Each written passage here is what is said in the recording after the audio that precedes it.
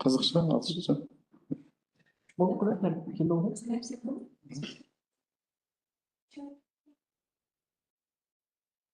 Саламатсыздар ма, құрметті әріптестер. Осы университеттің жөнінде проекті бар, мақсат қалыбеков. Біріншіден қош келдіңіздер. Барлығымыз қазақша түсінеміз ба? По-моему, конференцияны тілі ағылшынша сияқты. Қателеспесем. Roundtable. Everyone comes to tell that should we just, I understand one thing. Okay, we can switch to English. There's something in there, but Yeah, I understand. Okay, then, yeah, welcome everyone. Welcome to SDU. Special guests, I see from coming from Institute of Economics. Institute of Economics, and then we have Chris from Naples, and I think many of you have already seen our campus. If not, please have a quick tour and see around. Have a lovely campus here in Cascade. Yeah, welcome to SDU, and we have today. It's a roundtable discussion session. I think going to be presentations and more like casual, like networking event. So we have SDU. We have a number of research centers. Couple of them one of them was led by the regional and local development, and the other one is led by me, which is SDG Center. So as part of this research centers, we try to do this kind of collaborative events. So at the end, we come up with something meaningful, or maybe we'll maybe more collaborations, and we form a team of future research proposals and so on. So yeah, I think we'll have presentation. We'll have Gulnaz Khanum, who will be like discussing and telling more about the activities of our research centers, especially SDG Center. So as a SDG Center, we try to collaborate and bring the SDG agenda to many activities happening around the campus at the SDU, whether it's like student level, capacity building, or research. So we're also part of various committees and various associations. We are a part of LPS network, the Kazakhstan branch of this network, which is Sustainable Development Solutions Network, mostly led by the University, and we had the international conference of last year. So small steps, but we're trying to still promote the idea of SDGs here in SDU. Without further ado, I think I'll just give the floor to Bogdan. Yeah, okay.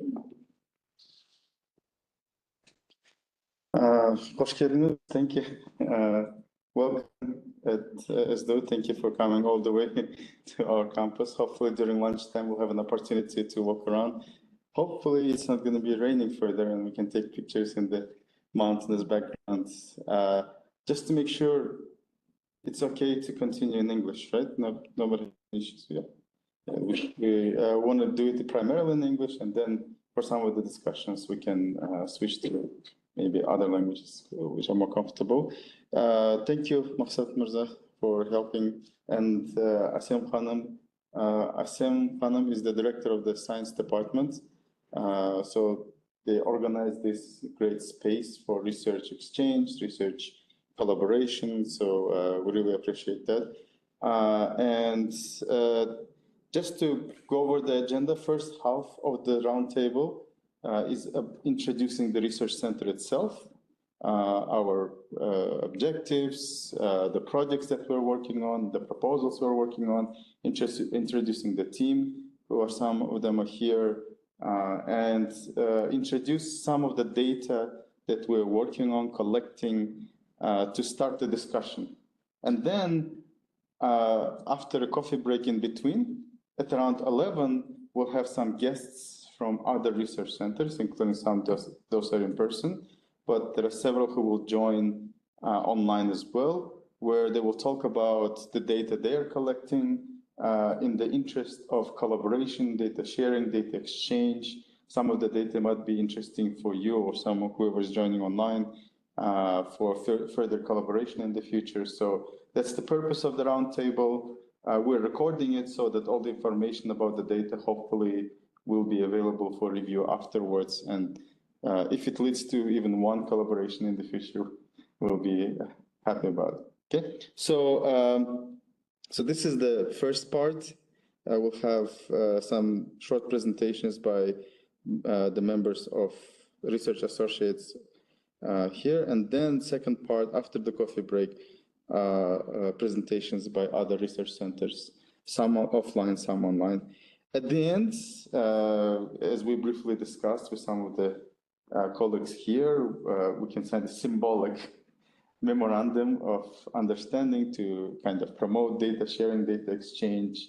Hopefully it's going to continue to something bigger and larger across Central Asia, maybe even beyond that. Okay, so let me start my presentation about the center overall. The center is called Center for Regional and Local Development. We abbreviate it as RealDev, and the website is also realdev.kz. We're updating it right now with the team, the projects. Hopefully we're going to upload this presentation and the video too, so that you can review it afterwards. We're working on overall development of the center. We have advisory board approved. We're going to be announcing that on LinkedIn, on the website, and to continue developing the portfolio overall. The overall focus of the center is socioeconomic research and capacity building, particularly at regional and local government level units, because our understanding was that there are a bunch of research centers that focus a lot at macro level in Kazakhstan, not as much at lower level, like maybe some oblast level. Even then, it doesn't seem like very common. But further going at the rayon level and okrug level, we see there is a lack of attention, lack of studies, particularly at that level. So one of the purposes is to fill that gap in Kazakhstan and Central Asia overall. And the approach is evidence-based policy making and sustainable solutions through mixed methods with academic and professional integrity at the core. So it's important for us to do whatever the projects we do evidence-based, based on scientific investigation, using modern methods, experimental, quasi-experimental, modern econometric methods, those methods that are reliable, at the end of which you can reliably make some conclusions, as opposed to shaky ones sometimes that are done in the policy making. So that's the main approach. We opened in 2024. We had a couple of projects going on. I'm going to talk about it. So we were quite busy, but now we're coming back to kind of developing the portfolio. So hopefully we can continue working on it. Briefly, just let me, I think I have to remove, okay. Let participants in.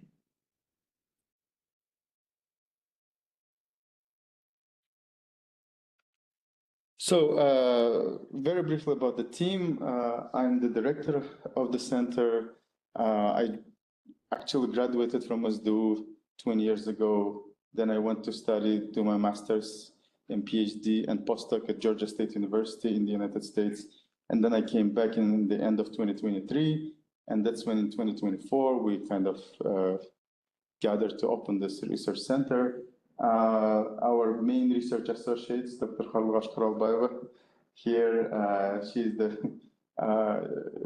has PhD in economics from Oxford University. I'm going to introduce further when there will be brief presentations. I'm not going to go too much. So the main focus of Dr. Koralbayeva is macroeconomics, environment, climate change. Then we have Dr. Gulnaz Alibekova. Thank you for joining, for science commercialization, scientometrics, and so on. We have Olja Shorayev. He's a PhD candidate at George Mason University. He's about to graduate this year, I believe. So he joins a lot of our projects. He does a lot of consulting too in education, governance overall. Then we have Abdullah Tursun, who is a PhD candidate in economics at Narhoz University. He just left to Czech Republic, Czechia for a PhD internship, but hopefully he will join online as well. Bibi Jamal Amangelde is here as well. She is a PhD candidate in public policy at Narhoz University as well. So she does SME policy, public administration, public policy studies. And we have Hassan Bazilov, who is a PhD candidate in the Academy of Public Administration. He works on public policy and impact evaluation studies. And we have other research assistants, and hopefully we're going to be adding more associates as well. So there are two active research projects that we have currently, and these are two anchoring projects that we started in 2024. The first one is on decentralization, local governance, and regional development in Kazakhstan. I'm the PI in that project. This is from the Ministry of Science and Higher Education. It's for 3 years. It's finishing this year, and it's for about 83 million tenge. So in these projects, we're evaluating the fiscal decentralization reform. Some of it was done in 2018 when they introduced the fourth level of the budget. Some of it was done in 2020 when they shifted corporate income tax to oblast and further to rayon. So some of these changes we're evaluating by collecting the data. We're finalizing the data set. I'm going to describe a little bit some of the data we're collecting, and we're hoping to kind of do extensive research on that. And in the spirit of mixed methods, we're collecting both qualitative and quantitative, and Bibi Jamal will talk about the qualitative part of it later. The second project is the analysis of introduction of chess as an additional subject in primary school classes in Kazakhstan. I'm the PI there as well, and this is directly from the Kazakhstan Chess Federation. So this is an impact evaluation study and cost-benefit analysis. They wanted to see, they are implementing chess classes across thousands of schools right now, and they want to see if there is an impact on primary school students. We're collecting the data, doing a test for math and logic skills and other skills, and evaluating it. We started in 2024. We did an evaluation of 1 year, but now we're going into new schools and we're going to develop new evaluation tools, and hopefully we'll continue. Ideally, we want to continue all the way until the end of their education to see the long-term effect. So if this collaboration will continue, this might become a decade-long study, those that you see in a lot of developed countries when you evaluate people after 20, 30 years. So if everything goes well, we'll hopefully continue with that as well. So in a decentralization study, one of our partners was Sanj Analytical Center. So they helped us collect qualitative data, and they helped us evaluate some of it as well. And in this project, we have Kazakhstan Chess Federation as a partner. We're working on a bunch of proposals. There are two that are kind of under active review, One of them is in education field, empowering teacher growth, building research capacity through a growth mindset RCT intervention in Kazakhstan's educator training system. This is the project we're applying with Dr. John Yoon at Michigan State University. Michigan State University and Warleo Professional Development Center are our partners. It's like we are the subcontractors in this, but we're applying it together. The idea and the source is Spencer Foundation. They have public-private partnership grant for $400,000. We just applied at the end of March. We're waiting until the end of the year. So if everything goes well, we have this project will be for 3 years, starting from 2027. We have high hopes, but we'll see. We actually applied before. We got really good comments, but I think we just didn't make it. So we're addressing those comments, applying again.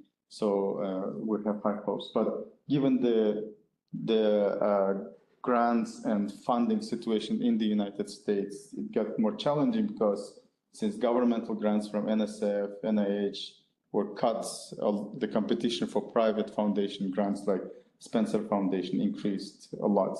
If you're interested, Spencer Foundation has small grants for about $50,000 and large grants for about $500,000. So you can look into it. It's very competitive, obviously, but in education field, it's one of those private foundation funding available. And they value a lot a scientific method as well. So that was a big advantage. That's why we do a randomized controlled trial in this one. Another one under review that we applied for the grant under the Ministry of Science and Higher Education. Principal investigator is Dr. Farlash Koralbayeva and the co-PI. So we're looking at the assessment of regional development in Kazakhstan under climate change, socioeconomic risks, and adaptive agriculture. So we'll talk a little bit about some of the data we're planning to collect there. There we're partnering with UFU, it's Independent Institute for Environmental Issues in Germany. We just met with them.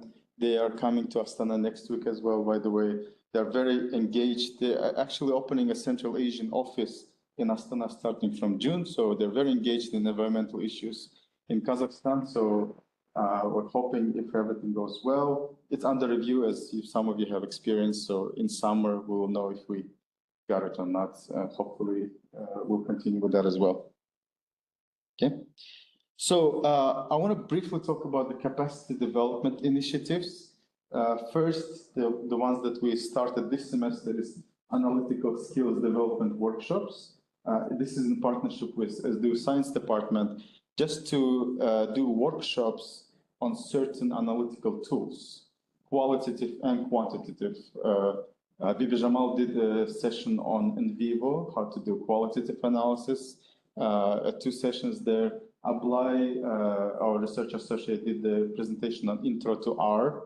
He did the introduction and analysis. I'm doing a series of workshops on Stata, again, intro and further analysis. And we had some guests that presented the e-views for time series analysis.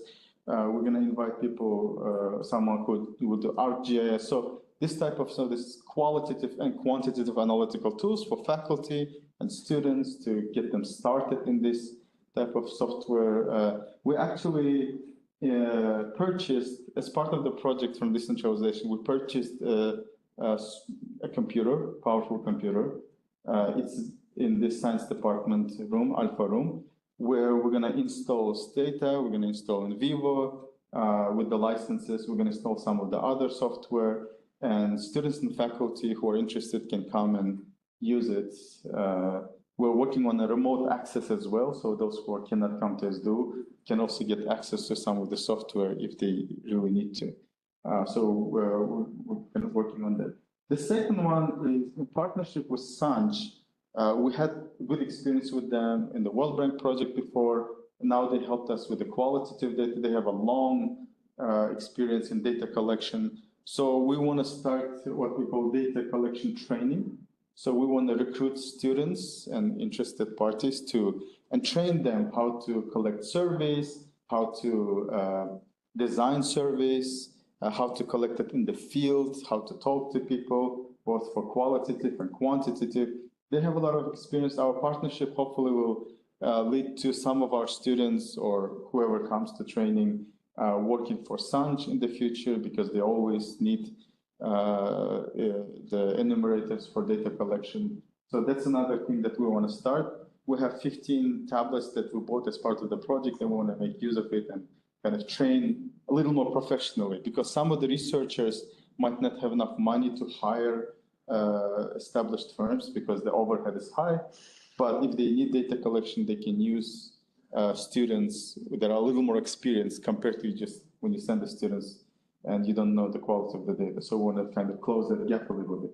And the third one is policy evaluation training. And this comes from long-standing series of seminars I've been doing since I joined the project from the World Bank, particularly on RCTs, like field experiments and quasi-experimental methods. So we want to kind of introduce this policy evaluation methods for the governmental, non-governmental institutions, as well as academia. So they can kind of learn, use them, collaborate on together to apply for funding and so on. There is a lot of funding from organizations like JPAL, the center in MIT. The founders of JPAL, Duflo and Banerjee, got the Nobel Prize in applying RCTs in development economics. And our partner there is UNICEF. Last year, along with Narcos University, we did a policy evaluation workshop for governmental institutions across Central Asia. We'll see if we're going to continue this year, but we're planning to do this evaluation week, evaluation workshops, and teach more about various policy evaluation methods, which goes to the core of our objective in this, to use scientifically sound evidence-based methods. Okay. So I'll introduce the data that we're collecting as part of our project, and some of the research associates will introduce other aspects, other types of data we're collecting, and then at the end, if you have any questions, we'll be happy to answer. So the first data set, or like two data sets I want to talk about, is that we wanted to go beyond oblast level. There is fairly decent oblast level data in Bureau of National Statistics, so it's easier to collect. You don't have as many subjects, so it's most of the researchers are just collecting it and doing their research. We wanted to go a little further. We wanted to collect data at rayon level, particularly budget level data. So in adlet.kz, all rayons publish their budgets. They actually publish it for 3 years. Let me show you how it looks. It looks like this. So they publish it for 3-year periods, the planned and then amended, and the final budget, all the way since 2017, 18, we're collecting that data, and for each rayon that's available. So we have, right now it's right below 200 rayons officially, but we are collecting data from previous rayons, those that are merged, and so it's about 200 plus rayons for 9 years. And within those years, you have some approved, amended, and final budgets. So overall, we have around 5,600 something observations right now. And we have data fairly, I mean, I didn't put it, I didn't want to make it too long, but if you go further down this, they have tables with detailed types of taxes they're collecting, the expenditures, the specific expenditures that they're spending on, and the transfers, the budget deficit, and so on. So it's fairly detailed. So we want to collect it, organize it. Doing it by hand is very hard. So we're using some of the parsing techniques. Ablai is good in IT, so we have some help using IT tools to kind of organizing it fast. But we're in the process of verifying it because, as you know, there are sometimes mistakes there. So we're doing the same thing for, as you can see, Ryans are doing it for a long time, I think from mid-2010s. Okrugs, some of the Okrugs started doing it in 2018 because they received the new budget. Some of the Okrugs started to do the same thing from 2020. The threshold is 2,000 people, so those that are larger ones started a little before than the smaller ones. But they also report their detailed budget. So we're collecting that as well. We have our the raw data set with about close to 25,000 observations for about 2,314 Okrugs for 8 years. Again, some of them are like approved, some of them amended, some of the final budgets from the same website. So we're kind of organizing it, cleaning it, and hopefully maybe starting from next year, we'll make it semi-public. And we're hoping other research centers will be willing to do that too. So semi-public meaning that you can get access in collaboration with the research associates in the center to work on the analysis together. Again, they have their specific types of revenue, their specific types of expenditures. You can easily see online a fairly detailed description and the transfers as well. Okay. So for the next short review of the data set, I want to invite Dr. Carla Shnelbaeva. Thank you so much, Baujan. Thanks for everyone for coming to this workshop. So I will be talking about this project that Baujan has already mentioned, that we jointly applied for funding from the Ministry of Education. So the title is about climate change, environmental impacts, especially on agriculture.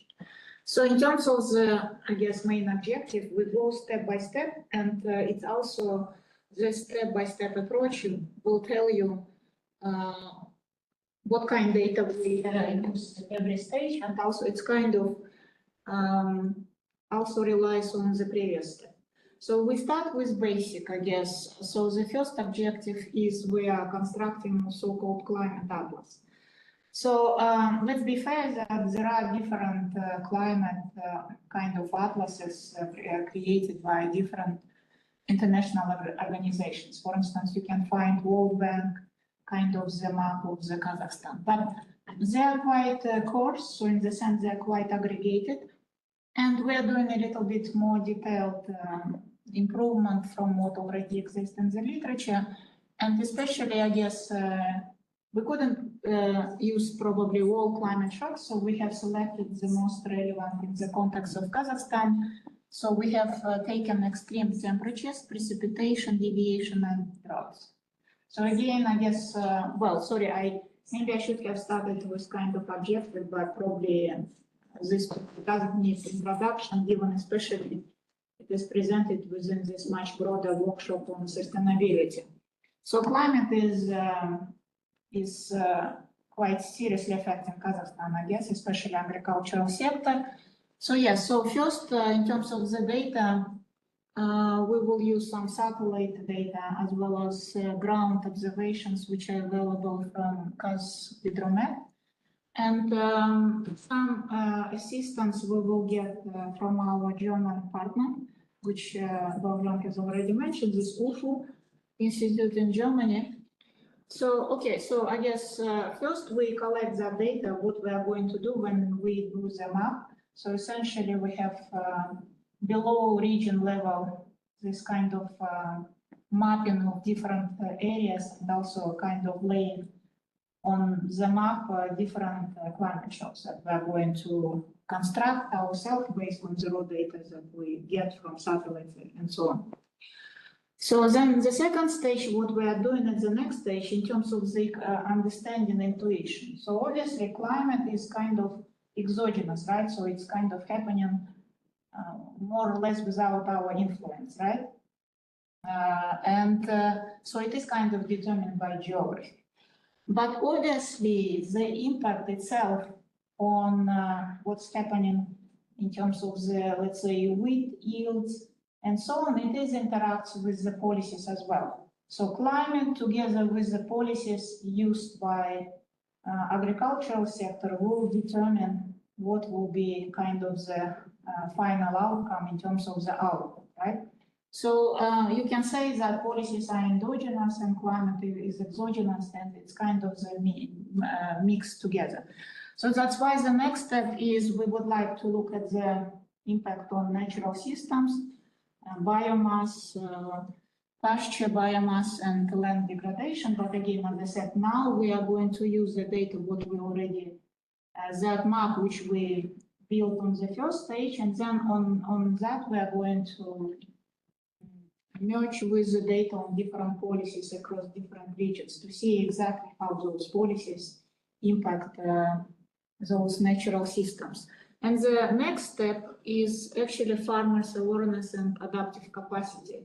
And maybe I'm the most excited about this part of the project, to be honest, because this is exactly where I think data is already kind of available. We might see if we will need, if we will have some capacity maybe to kind of update. But what is nice about this one is The survey has been done by our partner, UFO Institute in Germany.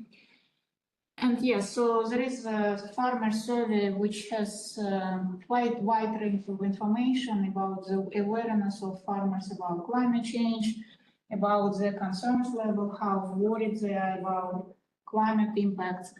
Some of them you'll be probably not surprised that not very much aware of this climate change impact. And so there is quite a bit of heterogeneity as you probably expect, and that is what we are going to exploit. And then we see this perception and how this translates in actual behavior. Because obviously as economists, we are interested in actual outcome in terms of the behavior, what they do in terms of changing the technology and so on. So why this is useful? We think that this could be useful for instance, for development bank, because we know development banks gives a lot of kind of loans to farmers, to agricultural sector. And now, as we know, they sometimes come back. I know some kind of anecdotal evidence from my former, let's say, student from King's College London who used to work at that bank, and she was telling me that farmers sometimes come back because they realize that they were not aware that there is a climate change, temperature change, and now they're asking loans in order to get new seeds which are more adaptive to the climate.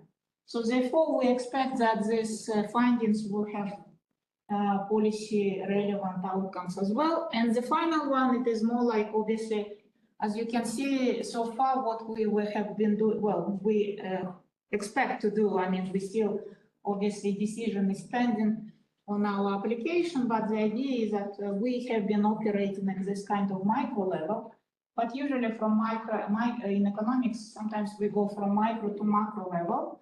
And at the macro level, we are going to look at, again, some indicators which maybe will be quite clear for some of our policymakers, especially how exports will change, how it affect revenues, how will it affect overall growth, not only at the aggregate level, at the country level, but most importantly at the regional level. So this is, I guess, a general overview, but as Baujan mentioned, there are options of kind of collaboration, especially it's the data on farmers can be combined with other data sets. For instance, with, again, different policy outcomes at those regions levels. One, we identify farmers with different levels of perceptions. It will be interesting to understand why they have the perceptions, the ones they have. Whether it is driven some kind of regional characteristics, maybe it is some kind of engagement of the government, and so on. So there is some scope for kind of making that analysis kind of much bigger, or at least to have some other projects. So therefore, qualitative information could be relevant in this case. So yeah, if you have any questions, we'll be happy to discuss during the break. Thanks so much. Thank you so much. Next, I want to invite. Did it switch? Dr. Gulnaz Alibekova, our new research associate here. Dr. Alibekova is specializing in innovation, technology commercialization, and regional economic development. Gulnaz Khanum has PhD in economics as well from the School of New Economic University. Until recently, she had a long time appointment with Institute of Economics, and we worked together on some of the projects on commercialization. She has a decades-long experience in this topic, and we're hoping that we can continue developing that part in collaboration with the Institute, in collaboration with other partners. So if you don't mind, can you talk about the data on science? Thank you so much, John. Thank you for inviting me to this research institute of the university. And I'm sorry, can you stand here so that those who are online can hear? okay. Because this. During last 3 years, I supervised 2 research projects. One with the Institute of Economics. It was devoted to the balanced approach for research evaluation mechanisms, and the next one is of the Science Fund. We tried to develop mechanisms for technology commercialization, successful technology commercialization, and in the project which was done with the Institute of Economics, we collected a lot of data, and the one part of data is devoted to the science metrics, like number of publications by fields, universities, publishers, percentiles, Q1, Q2, Q3, Q4 publications, and so on. So the source was Scopus, Scival, Web of Science, and so on. We did a lot of analysis with this data, and we can share those data for continuing our research. The next part of data we collected is collected from the survey with 288 respondents, and this survey was done for revealing research career factors in Kazakhstan, and we have published it with Weekend of Business Review, and we can read, we can find a lot of information about those data from this publication. And the third block of data we collected with this project is this survey data. We collected from 224 respondents, and it was devoted to the perception of scientists on evaluating their scientific activity criteria. This study is not published yet, but we can share those data also with you. Next, please. The next program or project which was done last 3 years is with Science Fund. We developed the methods of evaluating projects' efficiency, and we evaluated those projects' portfolio with Bojan and other colleagues, and this information is published in the Q1 journal. Key data we collected is sales and number of patents, job created as outputs, factors like grant amount, co-financing, and capital expenditure. So we tried to develop not only the method, but we evaluated this project's portfolio on the factors of efficiency of those projects. And the next collection of data we got from this project is the data from the Bureau of National Statistics and Patent. The owner is Science Fund also, and we have a huge data on innovation activity, share of innovative products in GDP, patents, R&D expenditures, industry innovation costs, and R&D personnel. And this information is published in the Journal of Institute of Economics, Economics Strategy and Practice. You can also read what is done in this project. Also, as I have a huge experience in the field of technology commercialization, I have a lot of data on the innovative infrastructure, innovation infrastructure of Kazakhstan, a lot of data on the number of patents structured by the types of patents, by the fields of industry, and so on. So I'm happy to share this data with the data. Thank you so much. Thank you. So, make sure there's no one is waiting. Okay. Next, I want to invite Bibi Jamal Hamid. She's a lecturer at ISDU University, also a PhD candidate in public policy at Narhaz University. She studies the impact of government policy on SME development activity. She's part of the decentralization project, and she helped us both quantitatively and qualitatively. And she's going to talk about the data from AKIMs that we collected in partnership with Sanj. Thank you.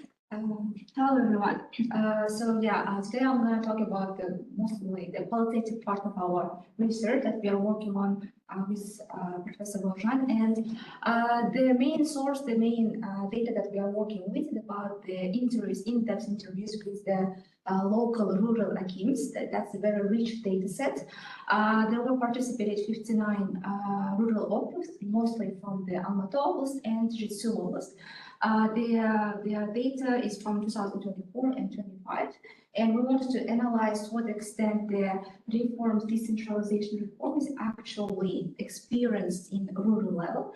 And our main research direction, the aim is to see what is the difference between the jure versus de facto. So factually, we have some levels of decentralization imposed by the government. Either it's like a fiscal decentralization, administrative, and even political. So from there was even reforms on election of AKIMs, for instance.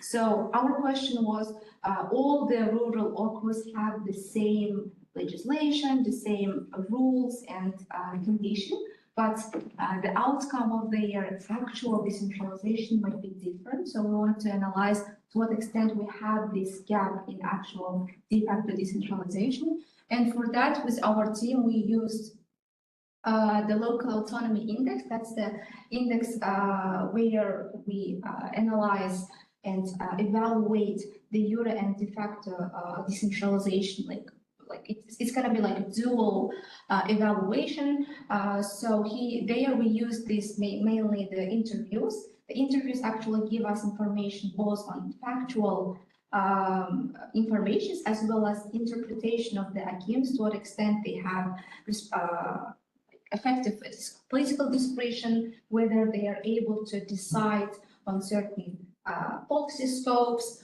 or what are their relationship with Maslahat or higher level governance.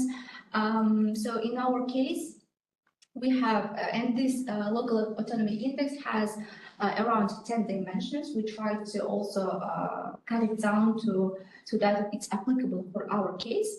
And the jure evaluation will be the same for all okrugs, all regions, while the de facto will vary for different the regions based on their interpretation, on their case. As per now, this research is still going on, so we are doing this analysis part. But as per now, we can see some gaps, especially in effective political discretion, the higher differences and gaps, the financial self-reliance. So we can see that the regions where they have larger regions with large populations, they are more financially self-reliant. They can generate their own income, and they can do lots of things, and this decentralization helps them grow, while at the same time we can see this gap where smaller regions are very dependent on on transfers, and that's why we wanted to see how this is actually going on. We can also see the difference in administrative supervision. That's also a very interesting part. So how this budget allocation, this financial layer budget is being supervised or controlled by the higher governance. There we also see lots of very interesting insights. I think that's it for now. If you have any questions, I'm happy to answer. Thank you, Virginia.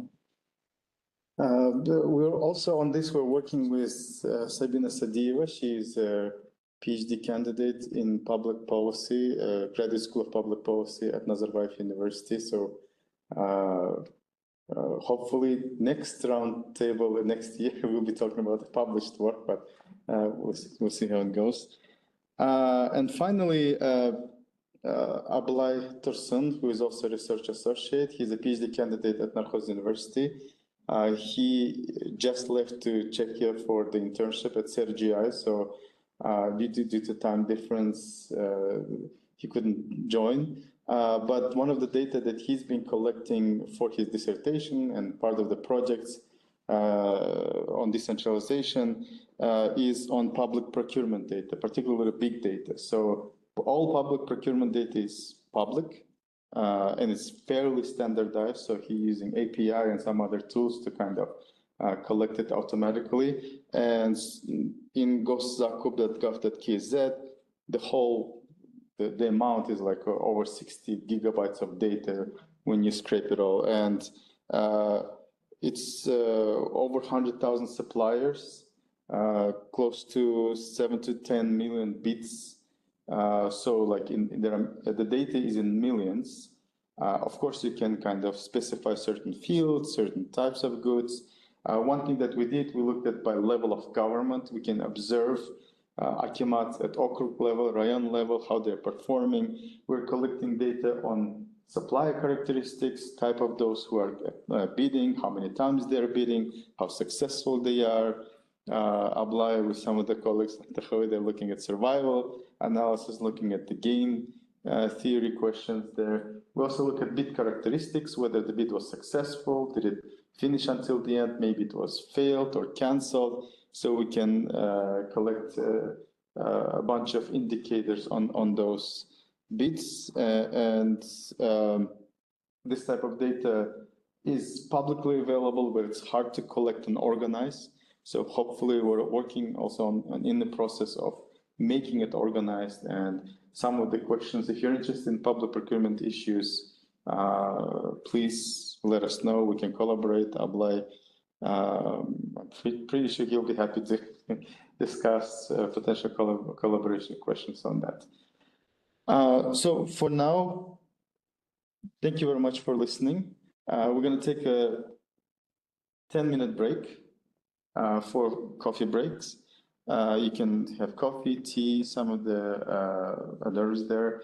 And at 11 o'clock, we're going to start presentations by guests, both offline from research centers from Astana, from Narcos, Maksut Narkoyev University, from SDU, as well as online. We have some presenters from Bureau of National Statistics. They'll talk about the researcher cabinet they opened in Almaty and Astana. We have colleagues from Kazakhstan Sociology Lab. They're working on data collection, actually designing a portal for that.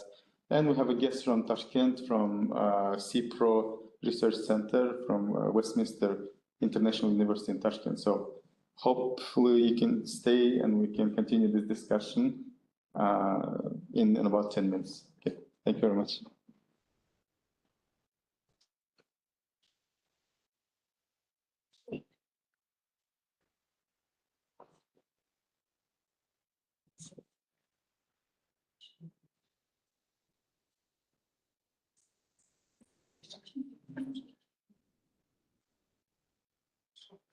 Эти налоги, их можно себе после 2025? Это же, я так понимаю, официальные, да? То есть это не просто это такой период, это как бы государственный, который они... Да. На завершенные года можно уже final собрать. Но они, ну, то есть они объявляют трехлетним периодом каждый год. Например, они в прошлом году 25, 26, 27 объявили бюджет. 26-27 это планируемый бюджет. Можно посмотреть на планируемый. Да. Там уже budget, execution rate. То есть сейчас они есть, то есть до 2025 есть actual, и на 2026 есть уже... Да. А можно кого-нибудь попросить сделать ваш 26? Просто чисто... Да, конечно. Скриптив. Конечно. А вот именно на районном или окружном? Какой лучше? Я хотела бы вот эту налоговую реформу. Надо будет посмотреть. Да, давайте с Аблаем тоже. Давайте поговорим, потому что официально 5, я не знаю, но Вдруг мы можем продать это кому-то. Ну, стайлайз факции сделать. Потому что так сделали. Смотреть, я не знаю, хотя это, конечно, Просто, планируется. мне кажется, там firm level интересно было. А там нету. Да, вот, да, потому что РДС напрямую Да. на них влияет. Но можно какой-то бизнес-активити, entrepreneurship activity, профессиональный посмотреть. На районном уровне количество зарегистрированных SME, их output, employment есть. Вот Биби мало в этом плане тоже собирает эти данные. Quantitative.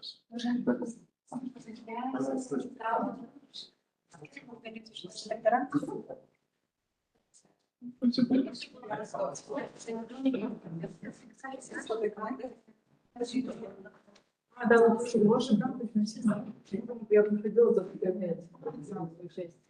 Да, а я такой, да, ваш курьер, да. Я так привилегирована. Боже, проект же прошлый научится, много экспертов, нам случайно я видела, да. Мы отдельно сидели, да, уже. Из-за поездок. Да, да. Да, да. Но после есть проект, Да, я вот в принципе понимаю, да. Спасибо.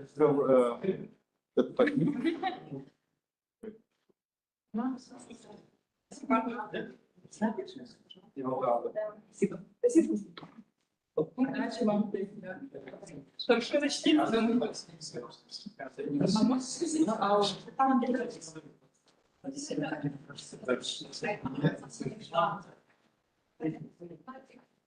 Должна я тебя отправила Готово? презентацию с шаблоном. Ага. Отправила с тем же шаблоном на WhatsApp. Ага. А хочешь ты название своего House Economics Research? Ой, Economics Education. Да, я просто не продолжал просто, да. Написал весь. Ага. Ну, можешь сказать, что вот ты развиваешь Сейчас надеюсь купить.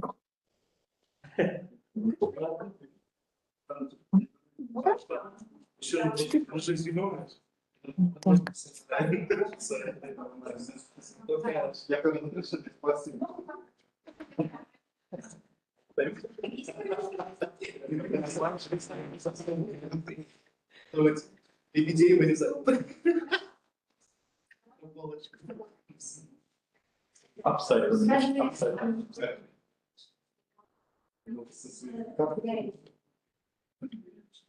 Вот зато. Вот зато.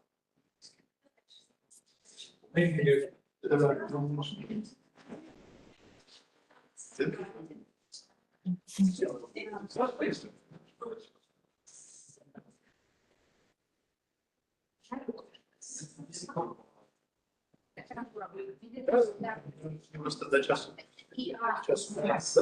Если скажу.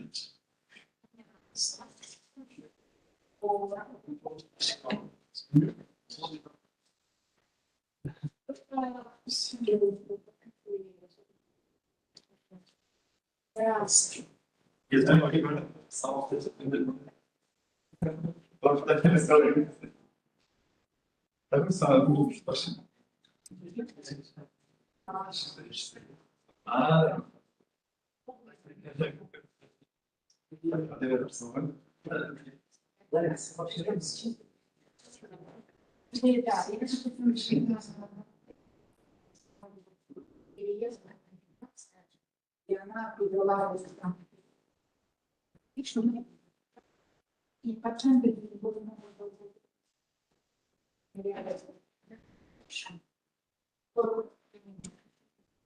Я подумаю.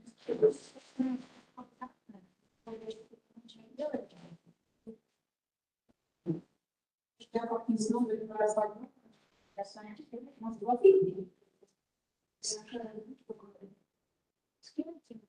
я напишу, я логан. Потому что, мне кажется, есть там. Ну,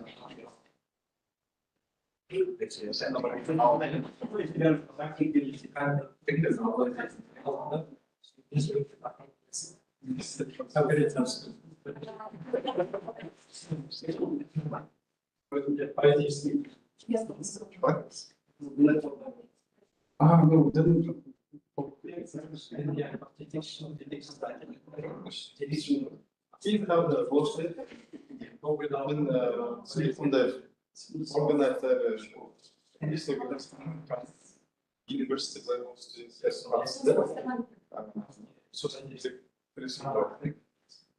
Tá bom, estudei bom.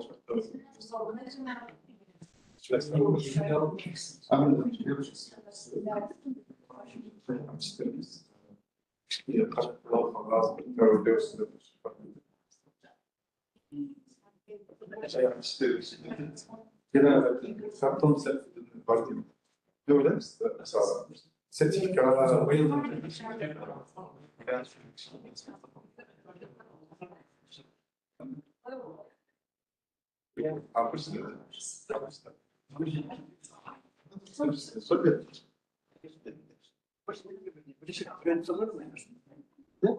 Böyle kas olmasa daha çıkarsın. Seni arabası böyle.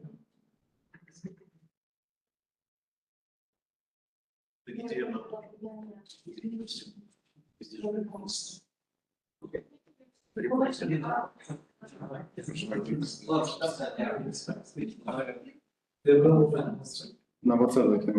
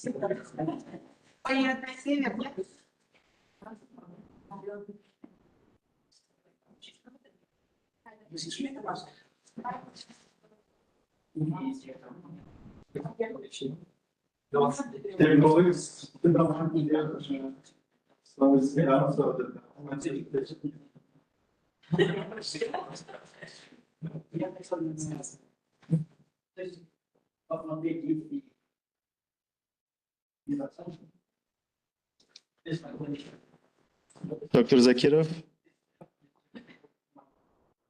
can you hear Hi, us? hello. Yeah, yes, I can hear. Can you hear me? We cannot hear. Just a second. Okay.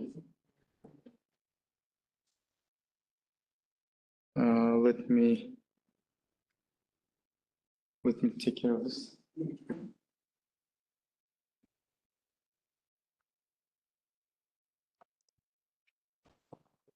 Can you hear me now?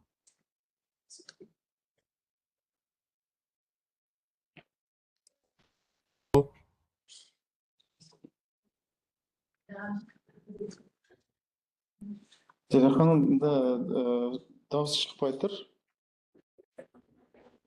Кімнің?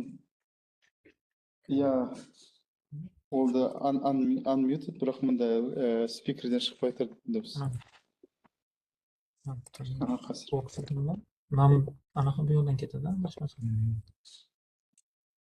Speaker. Oh.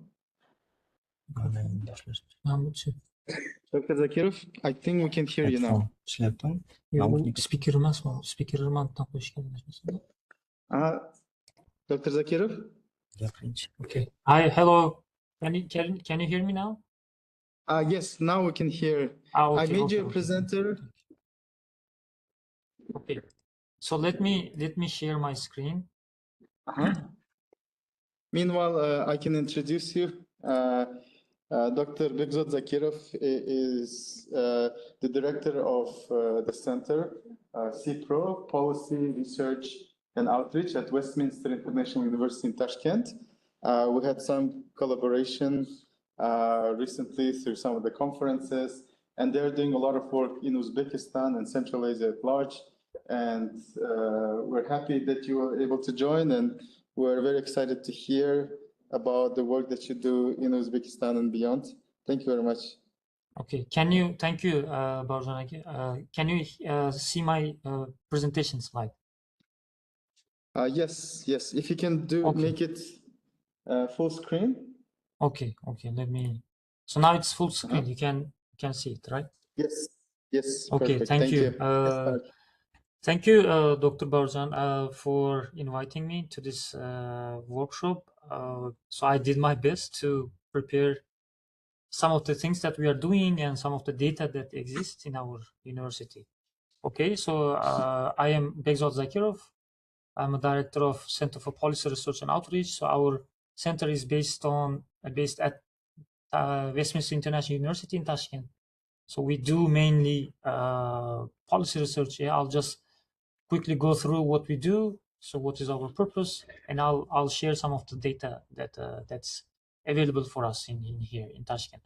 So basically, we were established in 2018 as a center within the university in the time of, let's say, rapid reforms, because since 2016, lots of things happened in Uzbekistan. So we wanted to bring academic perspective to the existing reforms, and the government somehow encouraged universities to be part of this ongoing reform. Yeah, so we wanted to engage with the policymakers and kind of become a bridge between academia and the policymakers and international organizations that are actually emerging in presence in the country.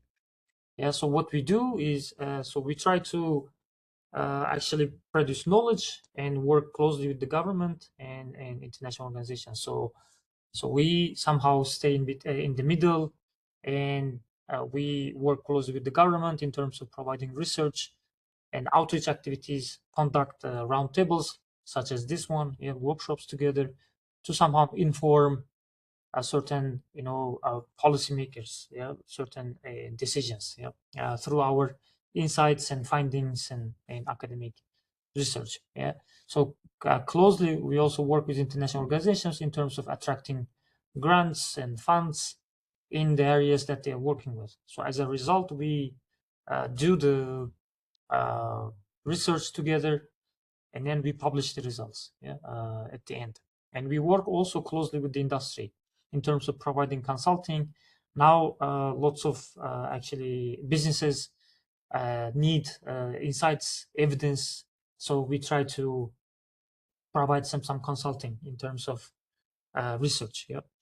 So that's what we do. So at the end of the day, we actually generate knowledge, we produce and offer services, and as a result, we want to influence public policy and contribute to overall scientific community. So what are the areas we focus? Basically, so we focus on 3 interconnected areas. So our focus areas are human capital and decent work.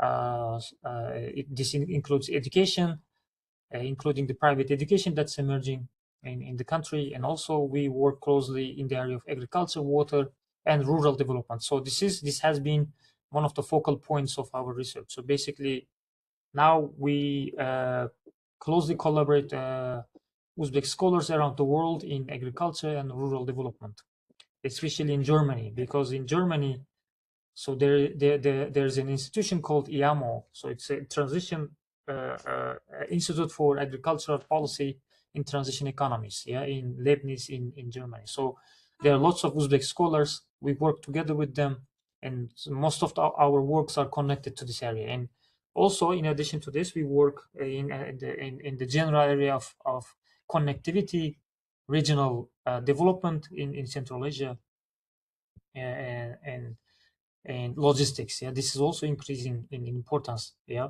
and lastly, we added another section last year, which is public law and governance. So that's another new area we are focusing on. So across these focus areas, we have some cross-cutting themes like gender, environment, future studies, foresight, governance, and digitalization. So these are the areas that we focus on in our research. So over the past few years, we have been working with closely lots of international organizations, including FAO, ADB, IAMO that I just mentioned, OECD, EU, and other UN family members like UNDP and others, and other let's say international organizations. And then actually, this is new. This is what we are working on. Probably this might be a bit advertisement now here. So in August, we are trying to organize a CAREG think tank forum in Central Asia. So CAREG is a big Central Asia focused part of ADB. So the CAREG has its own institute. Yeah, it's called CAREG Institute. So basically, CAREG Institute has I think it's annual. So it's an annual think tank forum. So we are now trying to organize this think tank forum in Tashkent in August, hopefully. So if everything is clear and all that, we will invite all of you attending this seminar today. So basically, what our results have been so far, we funded lots of we conducted lots of funded projects, over 15 since 2019, and then we published policy briefs as a result of our works. So far, we have more than 30 policy briefs and other policy reports, and in addition to this, we conduct outreach activities, including roundtables with policymakers. Yeah, and so our ongoing projects include big one is so-called Uzfarm Barometer. So this project is conducted in jointly with the Minister of Education, Higher Education in Uzbekistan, in cooperation with Minister of Higher Education and Technology in Germany, and IAMO is our counterpart in Germany. So basically, the idea is, I'll actually mention later as in terms of data. The idea is to understand how actually farmers in Uzbekistan adopt these sustainable agricultural practices. Yeah, we actually have been doing this, and we conducted surveys, and we are analyzing this. And another one, actually, we just started, is a project by UNICEF. So it's called Edu10.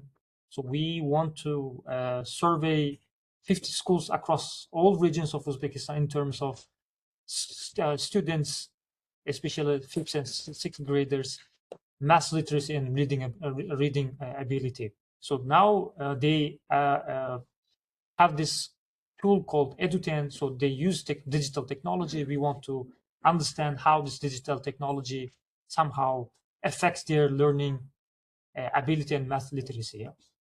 So in addition to this, last year I conducted one project by UK Research and Innovation Agency. We did one survey in Almaty last year, summer. We conducted a small survey of 400 respondents in Almaty regarding how people see Chinese investment in the countries. Yeah, so we are doing the same survey in Tashkent. And so other projects are ongoing. So we have publications, policy briefs. So as a result of our results of our projects and our research will be presented by these policy briefs. We have many policy briefs have been written so far. So in terms of data use, basically what kind of data we are using. So if you can go to our website, so we have a Learning Resources Center, and then in the Learning Resources Center, we provide open data access to all the existing data in Uzbekistan that our faculty members use.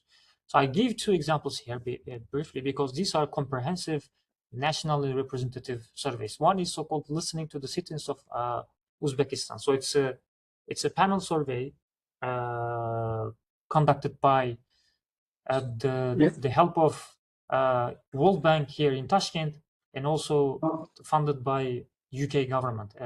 I think the embassy of UK here, they help us. So this is actually conducted quarterly, and then we have all the data from 2018 until 2025. So you can access this. It's open access, no problem. And we have been preparing lots of paper based on this, and then it provides lots of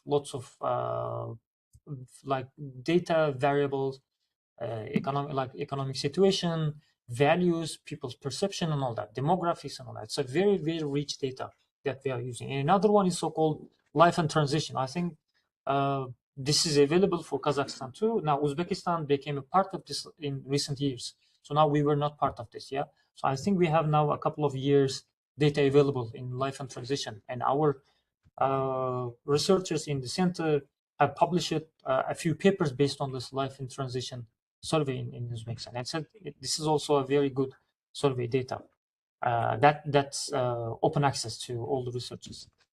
So basically, our colleagues here in Westminster published one paper. You can access this.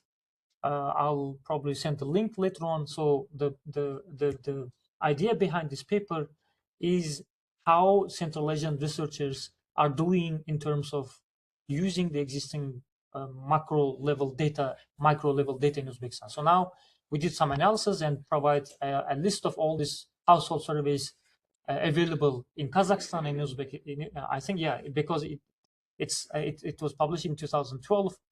Back then, we didn't have any data available in Uzbekistan, so that's why only we did analysis for Kazakhstan. Yeah, so you can see the name of all this survey data and the academic outputs. Yeah, so now actually we are doing here in our center is actually what we are doing now is to update this this household survey and academic outputs, combining everything in one and including Uzbekistan. So that's what we are working on now.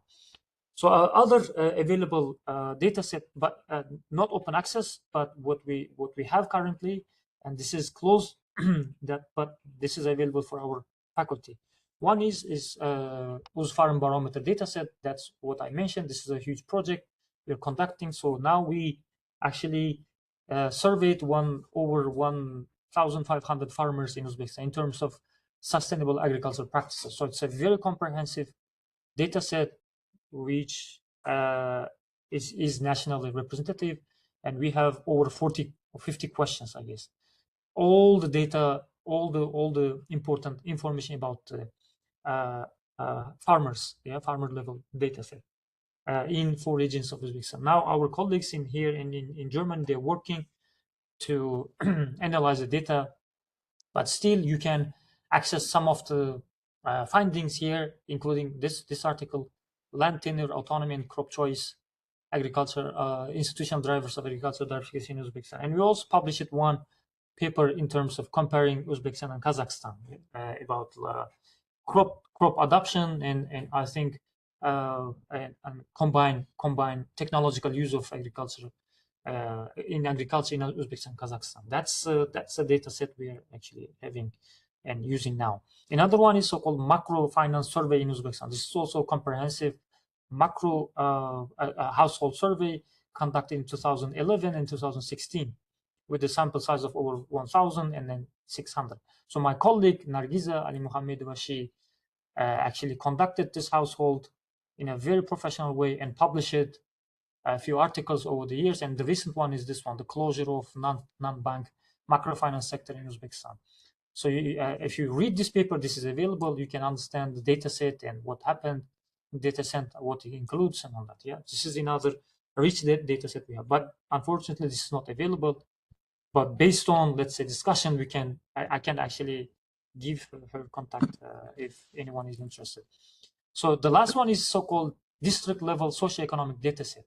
So this is this data set is actually compiled by our deputy rector Bahram Kasimov, and so it has data for 203 districts in Uzbekistan. Yeah, so we sourced this data from all the existing data set, including National Statistics Committee, other relevant ministries, and other official sources.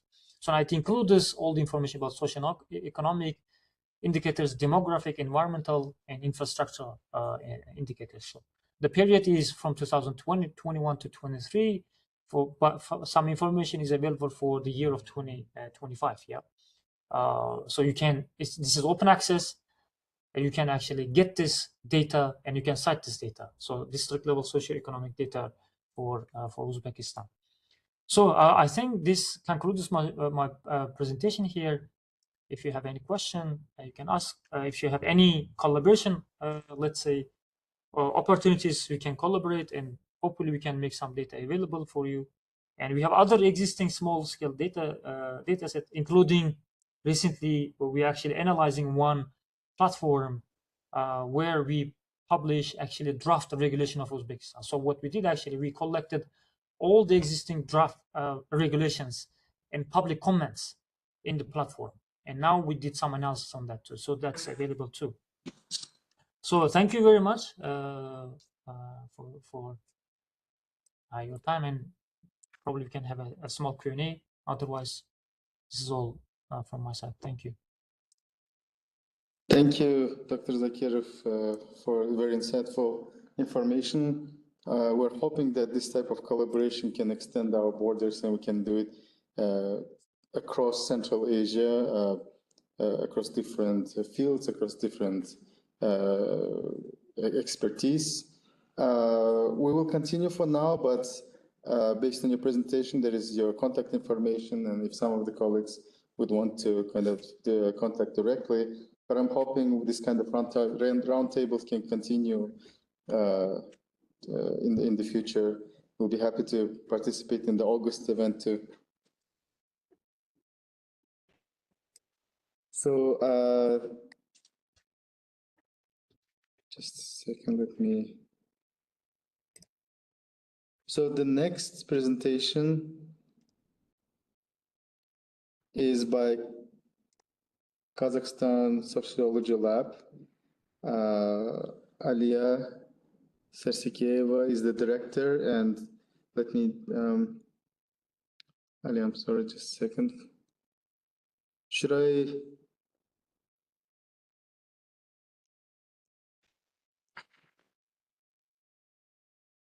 Nikolai? Hi, Aliya. Yes, Thank you for joining. Should I make Nikolai the presenter or you? Yes. Nikolai. Thank you, Baurzhan. My name is Aliya, and I represent the Kazakhstan Sociology Lab. First of all, KSL is a school and a professional community. At KSL, we train young researchers and help them develop practical research skills. We also try to create a space where people interested in sociology, data, and research can meet, learn, and work together. At the same time, KSL is also a research platform. We work on projects in sociology and computational social science using both classical approach and modern tool for data analysis. One of our current project, computational social science, New Horizons for Methodology and Evidence-Based Policy, is founded by Ministry of Science and Higher Education of Kazakhstan. As part of this work, we are developing an open data portal for social researchers. The idea is to make data sets by accessible and to support data-driven research in the social science. And now I would like to pass the floor to my colleague, Nikolai Ternov, who will speak in more detail about the project. Our team welcomes collaboration and we would be happy to work together. Thank you, Nikolai.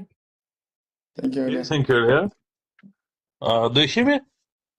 Yes, yes, Yeah. we can hear. Thank you, Yes, Nikolai. and can you see the slides? Yes. Okay, all right. Let's start. Hi, everyone. My name is Nikolai Ternov. I'm the member of Kazakhstan Sociology Lab team. So today I would like to present our project and speak about the problem that sits at the intersection of data governance and development measurement in Kazakhstan. Usually we face a very simple problem like we have data, but we can't use it. So the goal of this work is to show what it takes to actually breach this very gap. Well, first of all, you can see that open data alone is not enough for measurement development. So the core problem is not availability. Usually in Kazakhstan, a lot of data is available, but it's not structured and it's very difficult to use it. Just like download, open, process, and make some conclusions. Most data sets in our country are fragmented across institutions. They lack structure needed for comparison, and they are just not reusable. And you know that having data published is not the same as having data infrastructure. So there are a lot of problems with columns, with extensions, and so on. So the main gap is lies between digital services and data infrastructure. You know that Kazakhstan has made real progress on digital government services, and at the same time, digital services and that data infrastructure are two different things. Right now, there is no unified environment for storing, updating, or reusing data over time. Of course, government tried to perform and find a solution for this problem, but the quality of the data is worse than it's supposed to be. So I think that we have experience of using some data storages or data portals, let be Hugging Face, and so on, and we know what every column stands for, what is the license, and who is the author, whether it's possible to contact him or not. But in Kazakhstan, it's unreal to find such portal. And why it matters for sustainable development. First of all, sustainable development goals measurement depends on consistent and comparable data. Local systems in Kazakhstan are not aligned with global standards, and these indicators can be reliably calculated, or just it's very difficult to track it over time. For example, the data about missing people in Comcore.com is has a lack in 2023 and 2019. It doesn't mean that people in Kazakhstan are not missing during these years, but just because maybe someone didn't uploaded this file or just didn't count any statistics. So the consistency of using, providing, and reusing data is broken in our country, and so it means that the data is generated but disappears for researchers. And without reliable data infrastructure, any sustainable development becomes unmeasurable, and it's very difficult to measure any information in country without clear infrastructure. So what are the key barriers? You know, you can see that there are three barriers: fragmentation, low usability, and the absence of life cycle. You can see additional information about it, but you know that in Kazakhstan in 2024 ranked at 44th out of 198 countries in the Open Data Index, and Kazakhstan is posed as a strong regional country in the case of data provision, but the index measures publication, not reuse. So here, as I said, you can see 3 barriers. And once data is published, it's rarely updated or improved. We made it. Let's be I'm the representative of Ekimat and or local government, and I need to provide the data, so I uploaded it everywhere and forget about it and not trying to sustain or upgrade it. So this slide presents a data lifecycle approach. What's needed now is a shift from treating a portal as a file cabinet to treating it as if it's library. We try to use fair logic. Data should be findable, accessible, interoperable, and reusable. This means 3 stages. First of all, it's a structured publication with metadata and quality checks by algorithm and the person. Then goes access with previews, version, history, and AV. And the third one is reuse with feedback loops, reproducibility, and DOI citation. So it's our purpose and our dream, if I can say so. Traditional portals allow you to download files, and that's enough for usage. Perhaps we have faced it sometimes, and it got limited data and no updates. We are proposing a portal as infrastructure with versioning, metadata standards, reproducibility, and citations. The difference isn't cosmetic. It changes whether science and policy can actually be built on top of the data. So first, on the one hand, you can only download it and find any additional information, whether it's author or the interpretation of the columns. And on the other hand, you can visit a special portal and see some versions, contact the author, and maybe even discuss it. The strategic entry point here is the research community. Researchers, analysts, and students have immediate data needs, and frankly speaking, they have a low barrier to entry compared to government agencies or businesses. And of course, they got freedom in this sense. They generate the first use case, first citations, and the first signals of usage and trust. And this ecosystem makes it much easier to bring in institutional actors, and because of enthusiasm. So we've got 3 level of expected impact. First of all, we frame it in the sense of short term, perhaps standardized data set for publication.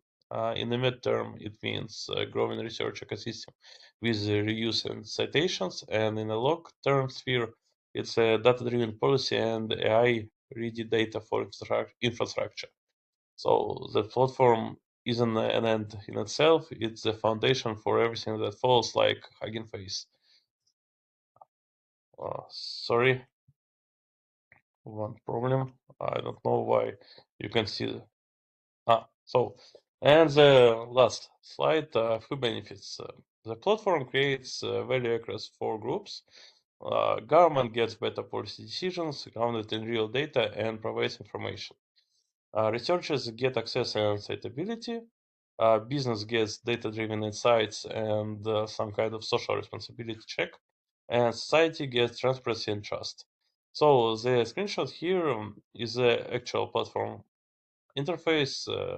We are work in progress, but I think that soon, maybe in 1 or 2 weeks, you will be able to upload any data and use it. That's all. If you have any questions, feel free to ask it. Question? Thank you, Nikolai. There is a question here. Just in case, can you make it louder? I think it should be sensitive enough, can't you? Yeah, Nikolai, thank you very much. The question here about how this portal, I guess, is like solution already proposed or operating. How it's different from like Harvard Dataverse or Zenodo type of services, which is like global? Thank you. Sorry, I didn't get the question because of the quality. You mean that there are some kind of analogs, yes? Dataverse, Dance, and so on, yes? Yes, yes, What's the difference? So Uh, the question is, what is the difference between those global data sets and this one? so our main purpose was to implement the idea of before mentioned platforms, Zenoda and Dance and other one, and create, let it be, pivot portal for, let it Ashi or Yegov or special data that will be given by private companies or companies in Kazakhstan. I don't think that there are a clear difference between it seems that there is no clear difference between, let it be, Zenodo and our portal, but we stayed and spoke with our partners about providing information, and some popular local countries said that it's a matter of trust. We have service in Kazakhstan. People are here with the citizenship of Kazakhstan, and local companies trust us and are ready to provide information. Okay, thank you. Thank you, Nikolai. Just to make sure this portal is operational right now, right? Yeah, it's you have a demo access, but in 1 and 2 weeks you will be able to upload any information. Okay, thank you very much. Thank you for joining again. Alia, thank you. Okay, thank you. I will close it. The next, thank you. Our next presentation is for special guests from Bureau of National Statistics. Aynur Dosanova Hanım, the Director of Department of International Cooperation and Sustainable Development, and Camila Hanım. Thank you very much for joining. Thank you for connecting here. Camila Hanım is the chief expert in the Bureau of National Statistics, and they will share the information about the researcher cabinet, right? I hope I translated correctly. Let me make you, Camila Hanım, I'll make you a presenter, right? Aynur Hanım, you can start. Okay, thank you. Dear colleagues, it's a great pleasure to be here with you. My name is Aynur Dosanova, and as you know, our mission is to satisfy the data needs for all users, and the scientific community is one of our most important user categories. I'm the main focal point for SDG indicators in Kazakhstan, and I will be happy to assist you if you need any data. However, today, Baujan asked us to focus more on the research cabinet, which is now available online for all users. And my colleague, Camila, will tell you and show more detail it. I hope she can continue in Russian, if possible. And Camila, please, the floor is yours. Thank you. Thank you very much. Камила Ханым, вы можете экраном поделиться? Баужан, пожалуйста, дайте возможность поделиться экраном Камиле. Она будет онлайн показывать кабинет исследователям. Спасибо. Ага, вроде уже сделал. Вы можете попробовать?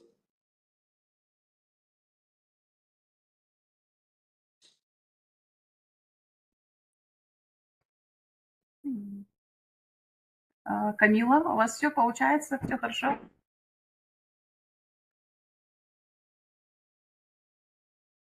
У вас микрофон отключен, Камила Ханым.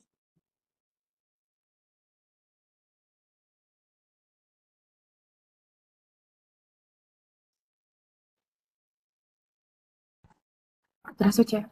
Я вот даю доступ, просто он грузится. Хорошо, спасибо.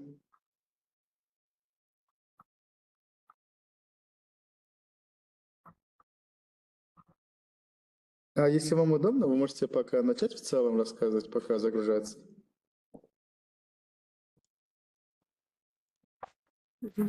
Добрый день. Позвольте рассказать о возможностях получения баз данных в идентифицированном виде для использования в научной и научно-технической деятельности. Бюро национальной статистики является ведущим поставщиком качественной официальной статистической информации и стремится к дальнейшему совершенствованию подходов в своей деятельности. Учитывая востребованность не только в агрегированных данных, но и микроданных, позволяющих проводить исследования, Бюро предоставляет исследователям возможность получения баз данных в обезличенном виде, то есть микроданные. Подробная информация об условиях получения баз данных у нас доступна на главной странице сайта Бюро в разделе «Для исследователей».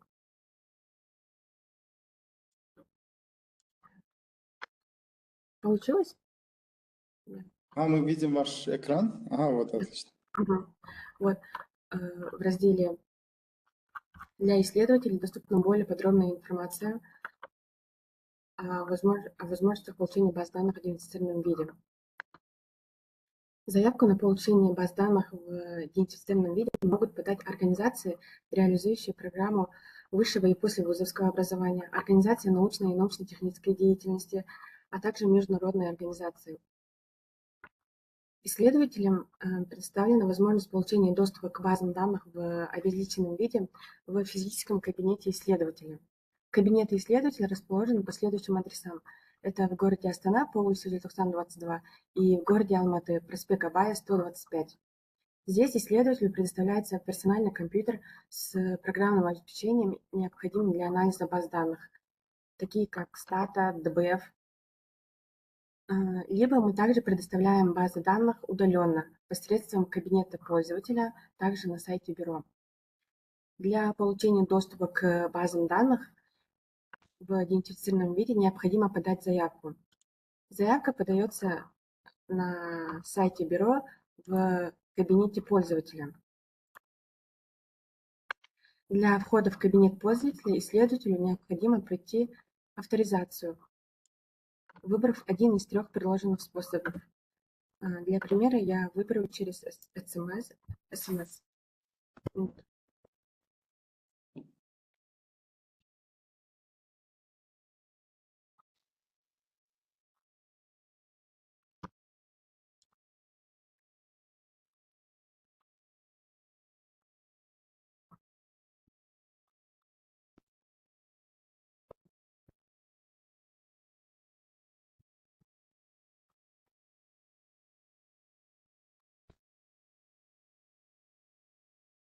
После успешной авторизации вы можете начать формирование заявки, нажать кнопку «Создать заявку», после чего откроется форма для заполнения.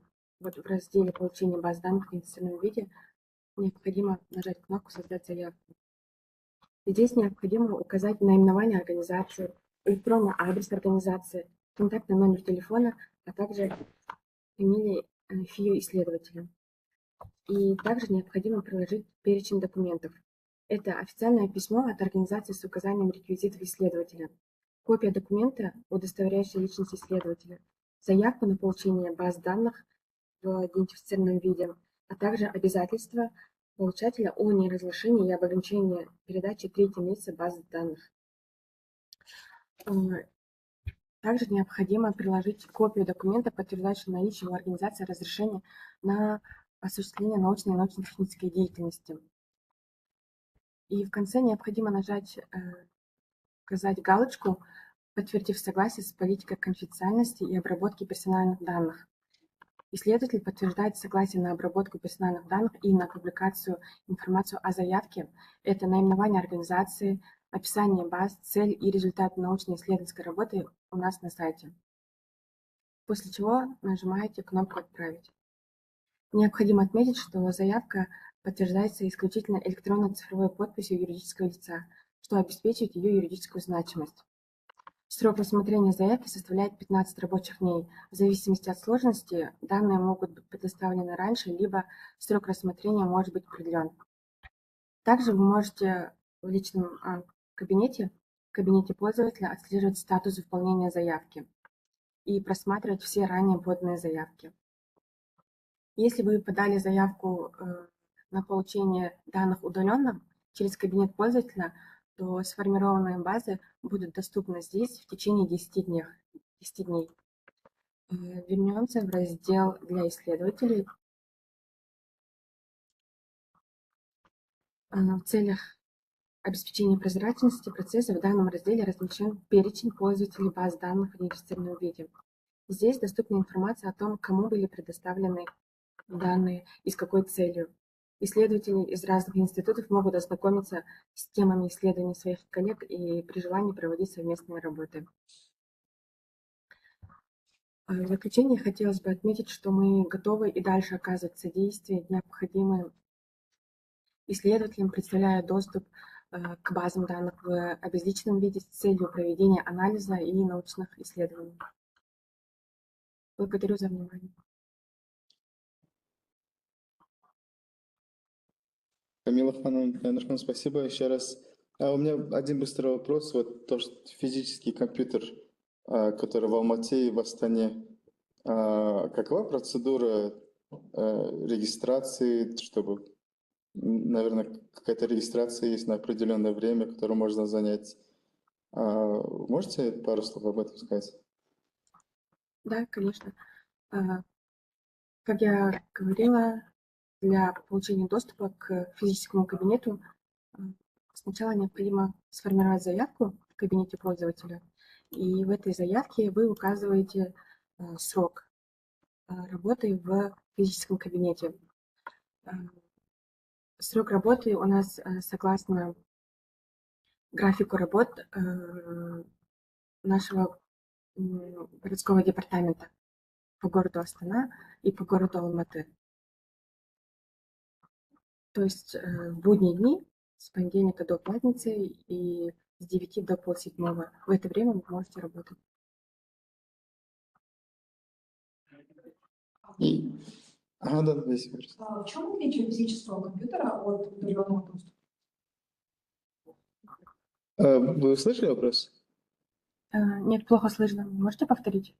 В чем отличие физического компьютера, данных, доступных там, по адресу, и кабинетом исследователей удаленно?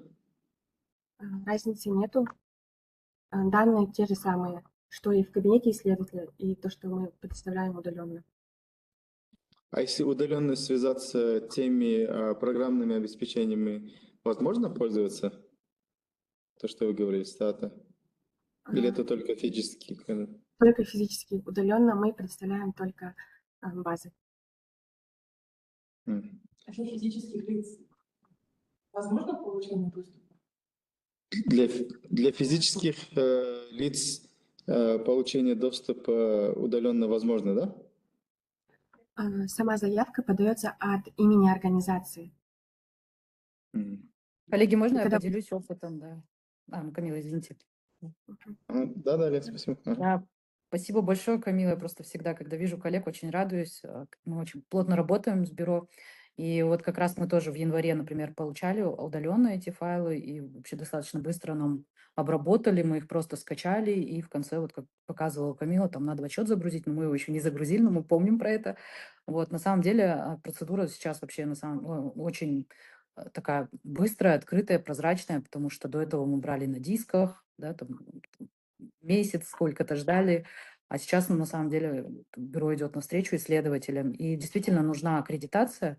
Ну, вот та, что мы используем, когда подаем гранты в ПЦФ, да, там ГФ, вот та же аккредитация, ее просто прикладываете, и все. И там все процедуры описаны, то есть письмо, как писать, там заявку, да, вот это все уже есть у них на сайте, поэтому это на самом деле прям супер и доступно очень. И вообще большая благодарность бюро за то, что вы делаете такую работу. Спасибо, Алия Муратовна. Да, верно, вот только в прошлом году мы внесли изменения в правила. Если до этого мы предоставляли на CD-диске, то есть вам приходилось приходить и нарочно забирать у нас бюро национальной статистики в центральном аппарате, то сейчас вы можете получить эти данные удаленно, нет необходимости приходить забирать.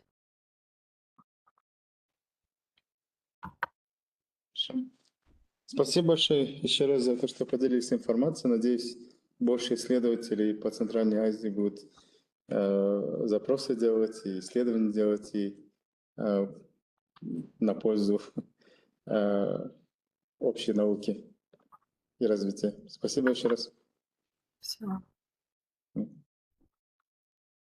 Now we're going to continue with offline presentations. We have some guests here from Narcos University, the Director of Educational Research Center. We have a guest from Maksud Narikbayev University, Director of Economics Research, Center for Economic Research, as well as Nurjan Mirza, Director of a local SDU Research Center on Health Policy and Management. So, Mirza, are you ready? Let me upload the...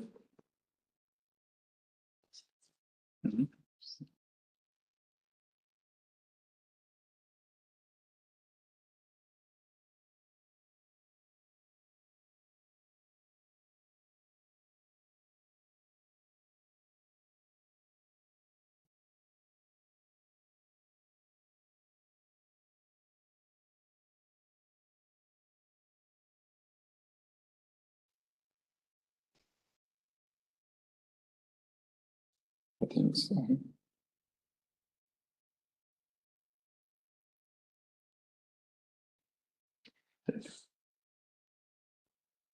Dear colleagues, here, my name is Kuandik. I represent Center for Educational Research at Narcos University. We were just recently launched, but like our goal is to study education at all levels, and we work on various projects. We submit different grants, but currently mostly we work within the project which is done by Taltal, which is a government agency in Astana, and it's an operator of the database of education in Kazakhstan, which is owned by the Ministry of Education.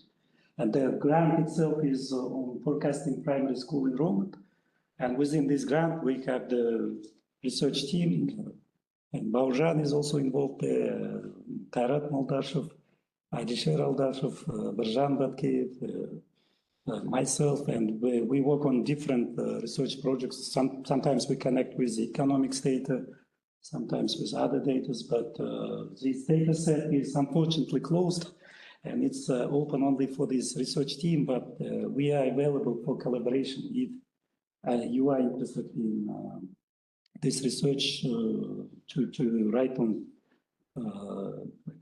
joint papers or to apply to other grants together with our course. So this data set is quite rich, and it's called National Educational Database, and it contains information on all students of Kazakhstani schools, all teachers, and all universities, but for the years 21-23 for universities. At student level, we have data from 19 to 2024, like 2025 is also included, but with UNT data, we have only till 2024 so far. At school level, we have the data from 2017. So we have the data set on, like we mostly use as one of the outcomes, the UNT results, national exams in Kazakhstan. And as you know, there are 5 subjects in UNT exams. And so we have scores of each student on these 5 subjects on each of attempts. And by the way, today at 3 o'clock, Bauzhan will do one of the seminars, research seminars on these attempts. And it's based on these data. We also have, we use sometimes this as an outcome, university enrollments. So for the years 21-23, so because these data sets can be linked with student ID. So we can see that this graduate of this school entered to this university, to this major, whether he's at tuition fee or he's at scholarship, we can see that. because these data sets can be linked. And we have student characteristics like gender, eye space, like those families which receive financial support from the government, whether they have different devices. Online education is mostly connected with 2020, 2021 years, and one of our colleagues, Alisher Aldashov,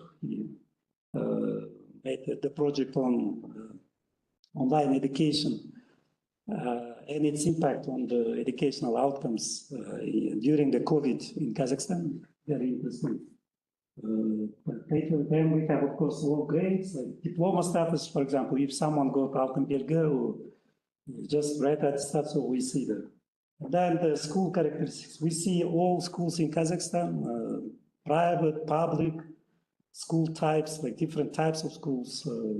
It's a boarding school or like international school. And location of the school, meaning like we see the location code based on Kato, all levels. Rayon, city, oblast, coordinates, which is very important for the GIS analysis. So we have the latitude, longitude of each school location. Year build and other infrastructure facilities. Like, for example, one of the projects is on how the water supply is impacting the educational outcomes, or how the toilets, like restrooms, whether they are within the school or outside the school. Unfortunately, we have some schools still with toilets outside of, so how this, for example, impacts the educational outcomes. These kind of questions can be answered, and like based on this data, just recently, a few days ago, one of the first papers was published with Karen and myself. Many more, I hope, will come soon, this year, next, because it's part of the state grant project. But so this is it about this data set. So it's quite rich, and actually we were impressed because very few countries in the world have this kind of interconnected data sets. So when you can see from the kindergarten, then school, then university, and all students can be linked with student ID, and you can, the only thing we don't have now is employment data, unfortunately. So this is our dream. If we can add here the employment data from the national databases, let's say from the pension, payments, yeah, we can have, if we can link that there, it will be really great labor economics project. So we can see the returns of schooling or university on how these students can earn when they go to the labor market. But the rest, like in terms of education part, it's quite impressive.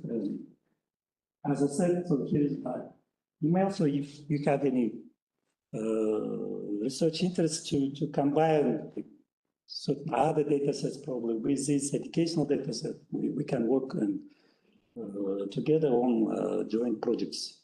So this is it. If you have any questions, please.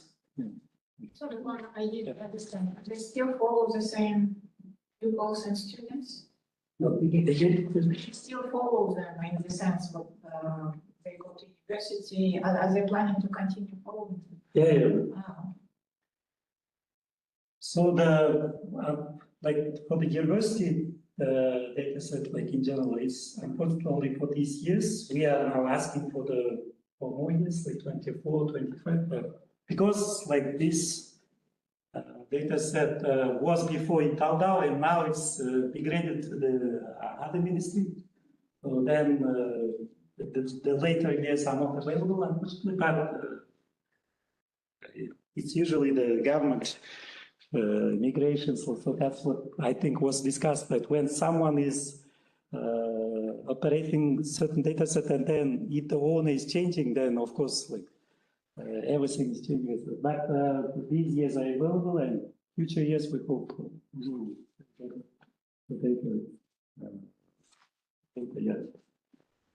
So what's the way to use this data? What's the procedure? Like like it's very like because it's owned by Roundtable, so we cannot work like it's closed, but because like to work with it, like we can work with this within this grant project because it's still like active till November, end of November, and because they are interested in published papers. As you know, the rule is like 50% can be within the team of the grant, 50% can be outside. So, and we are open to work with anyone if they are interested within this project. Yeah. That's a good question. Beyond UNT, do you have any information about schools, students? Yeah. Beyond the end school, for example, do you have like information on the location, other stuff? That do you? Well, yes. So within this project we can, but not. So it's like because it's government owned and it's closed. Like we all signed the ADAs, like the team. But we are allowed within the scope of this project.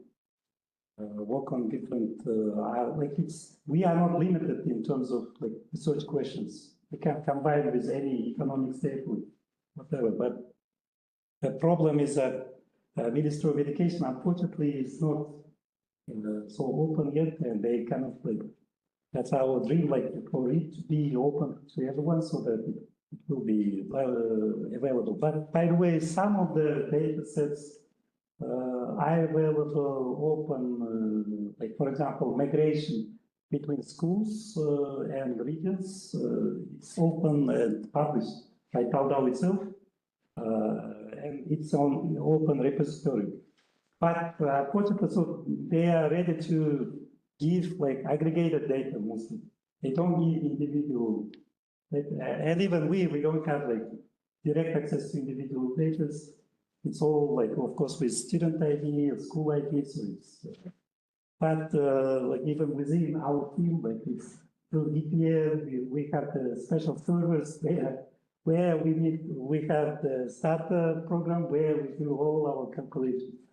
It's like a complicated process, but at least this data set is it exists, and I think their plan in the future is to make it open.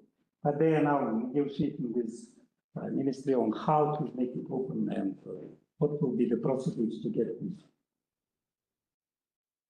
Just to add, because although we don't have access to it, they have access to individual ID numbers. Yeah. Technically, you can use that to connect it with many other things. So we tried to connect it with employment outcomes for cohort 2021 to see after 4 years what were the employment indicators. The data wasn't as clean as we expected, but at least it's possible because the ID, they have it. The other governmental institutions, they have the same ID. So in theory, a lot of things can be connected, but you have to work closely with the government. They're very careful about the individual information. So, but it exists. Yeah, today we will do the 2 seminars based on these data sets. Bauran will do attempts, and I will do on ABC grade, the classes in Kazakh schools and its impact. Thank you. Thank you, Wanda. I hope it will become public, or at least there will be a procedure for scientists to request it. Next presentation is by Dr. Nurmechan Kuzembayev, Associate Professor at Maksut Narikbayev University and the Director of Center for Economic Research. You have a flashcard, right? Yes. Let me just... Was it not? Okay. Can I open the website? Yeah, of course. So you can You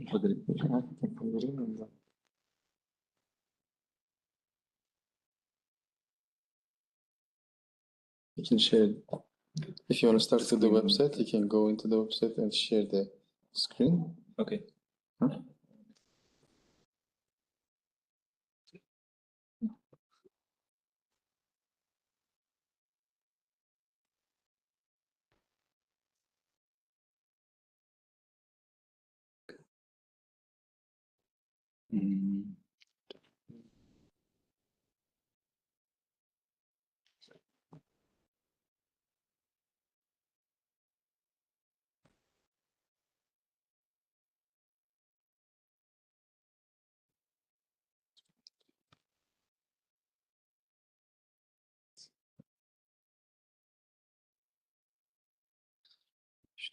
Copy paste.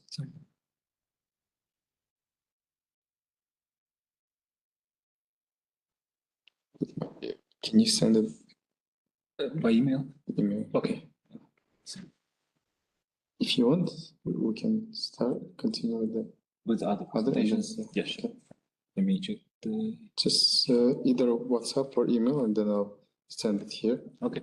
While we're working on the presentation side of it, we can continue with Nurjan Mukashev.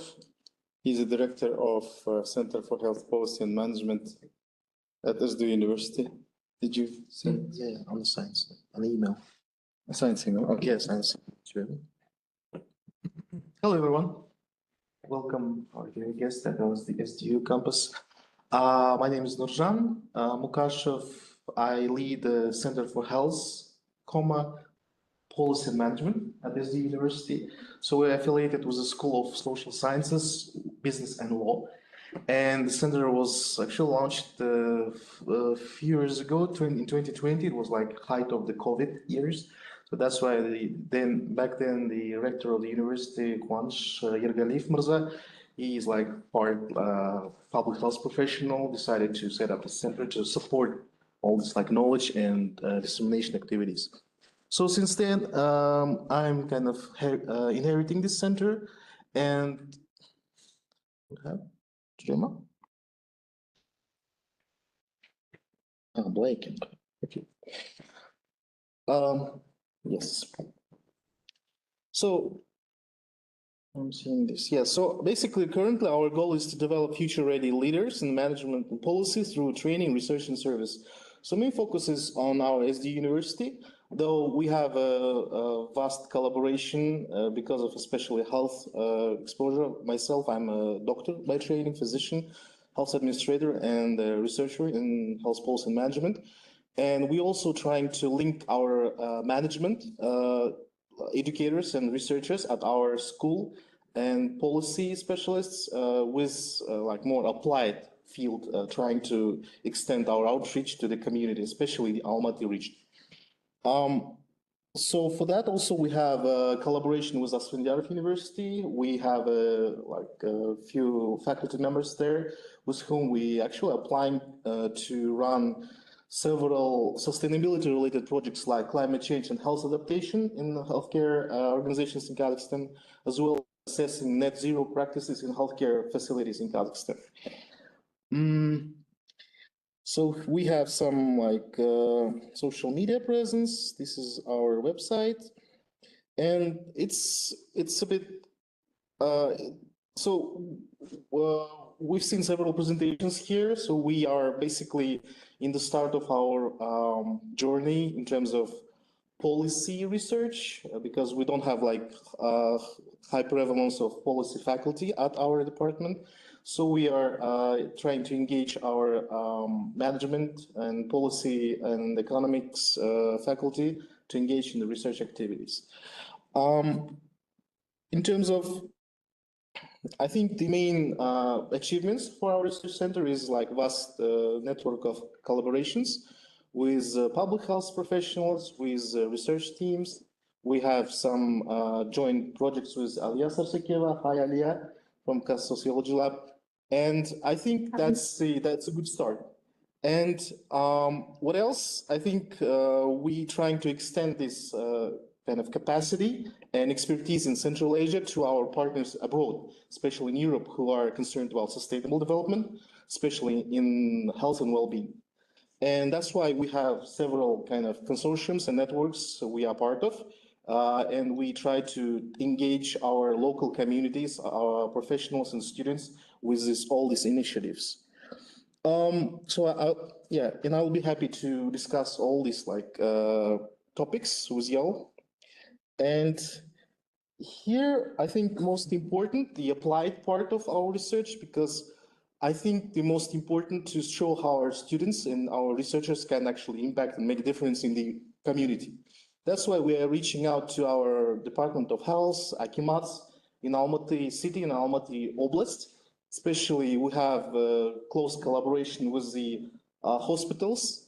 I'm a member of Kazakhstan Health Managers Association. We have over 300 members who are basically CEOs of hospitals in Kazakhstan.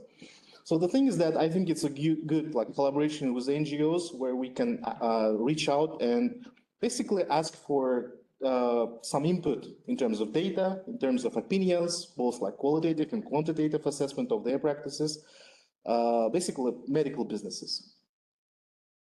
And basically that's it. And I think what our center's input could be in terms of expertise to this small but very important emerging collaborative here is that we have strong expertise in terms of SDG 3, basically health and well-being, as a professionals and networks. Also, we have keen interest in policy and applied research.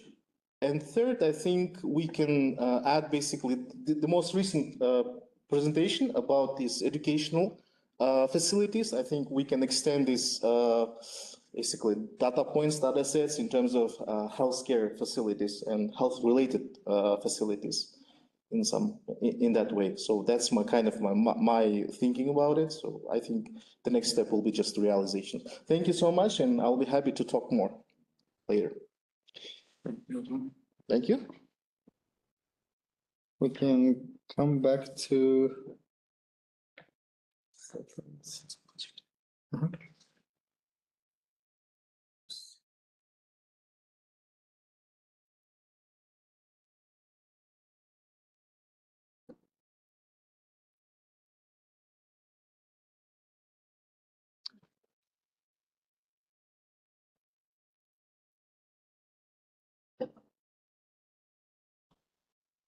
I'll just scroll.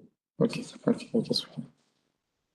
Yeah, thank you very much for inviting us, me now, and we have also Ayjan Tobayeva is here. She is our Vice Dean for Undergraduate Studies.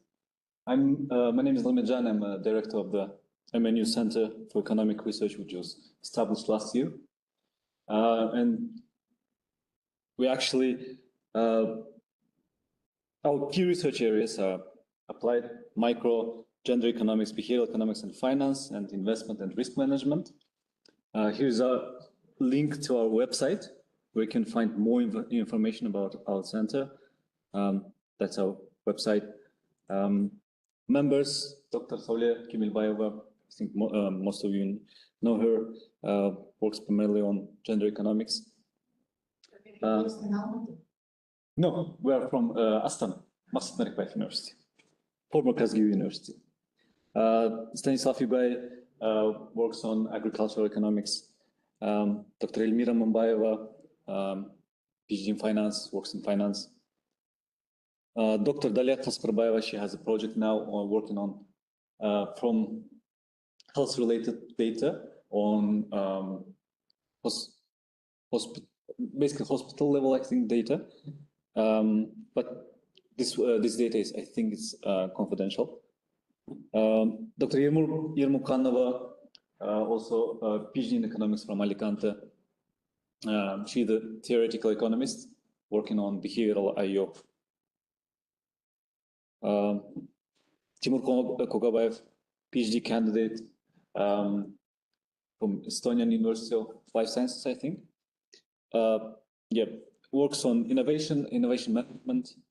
Dr. Bakht Tulugenov, PhD in management from Glasgow.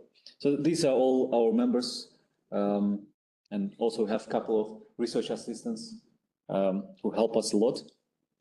You can find our reports about our activities, for example, here in our annual report. We conduct seminars, research seminars, workshops, datathon, macroeconomics hackathon, and yearly poster conferences for students, primarily master students. Okay, and here's a list of our publications. So they.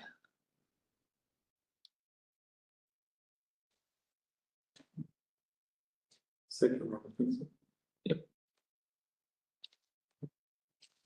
Okay. So we've been not very prolific in collecting data, and I mean in publications as well, as like in SDU, obviously, because we don't have Powerrun with us. So we are collecting some data. We don't have great programmers as well. So, but we have many arrays who basically our students, bachelor students, master students, and we use them just to collect data by brute force, basically. So, for example, here Kazakhstan crime statistic, we just collect data from the comcore.gov.kz, like 27,000 observations, but these are just national aggregates plus the regional data from 2015 to 2025. Variables: region, year, months, number of crimes, crime type, and number of persons convicted, implicated in recorded offenses. What else? One of our arrays collected data on presidential foreign visits of Kazakhstan from Kazakhstan's president. Its original data from observations are from 1998 to 2024, so coded manually from news reports and official press releases. So just 425 observations, visit date, destination, country, and type or occasion of visit. What else? And that's the study I'm working on now, language and animal attitudes. It's a Connect Survey's pilot experiment last year with our students, bilingual students. So it's a survey experiment with bilingual students. We basically randomize survey language Kazakh versus Russian and see how it affects animal attitudes, because there are grammatical differences between these languages. Like in Kazakh, where it's how to depersonified, like olnia, not кто это. So maybe, and there are some interesting findings, and I'm planning now to expand the survey and looking for collaborators. So we conduct this experiment with many more bilingual students in Kazakhstan, maybe from Almaty, from other cities, and yeah. What's one line? Sorry? One line result? One line result.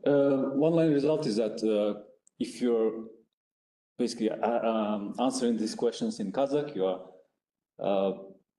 more okay about using animals for sports or for food. Yeah. And I also have a hypothesis, but maybe that's, of course, historically related to the herding culture. That's because we use animals as instruments, and maybe that's why we have these grammatical differences, and that grammatical difference might affect the animal attitudes or animal welfare. Actually, on that, I want to give a shout out to Dr. Alex Belyanin. If you're here, he's the founder of Experimental Lab at Almaty Management University. Yes, I'm here, and I listened to this talk with great interest. Yes. Thank you for joining, and I wonder if you have any, maybe you've been collecting data, especially experimental. I was wondering if you would be willing to share a little bit about that too. You mean right now? You mean right now?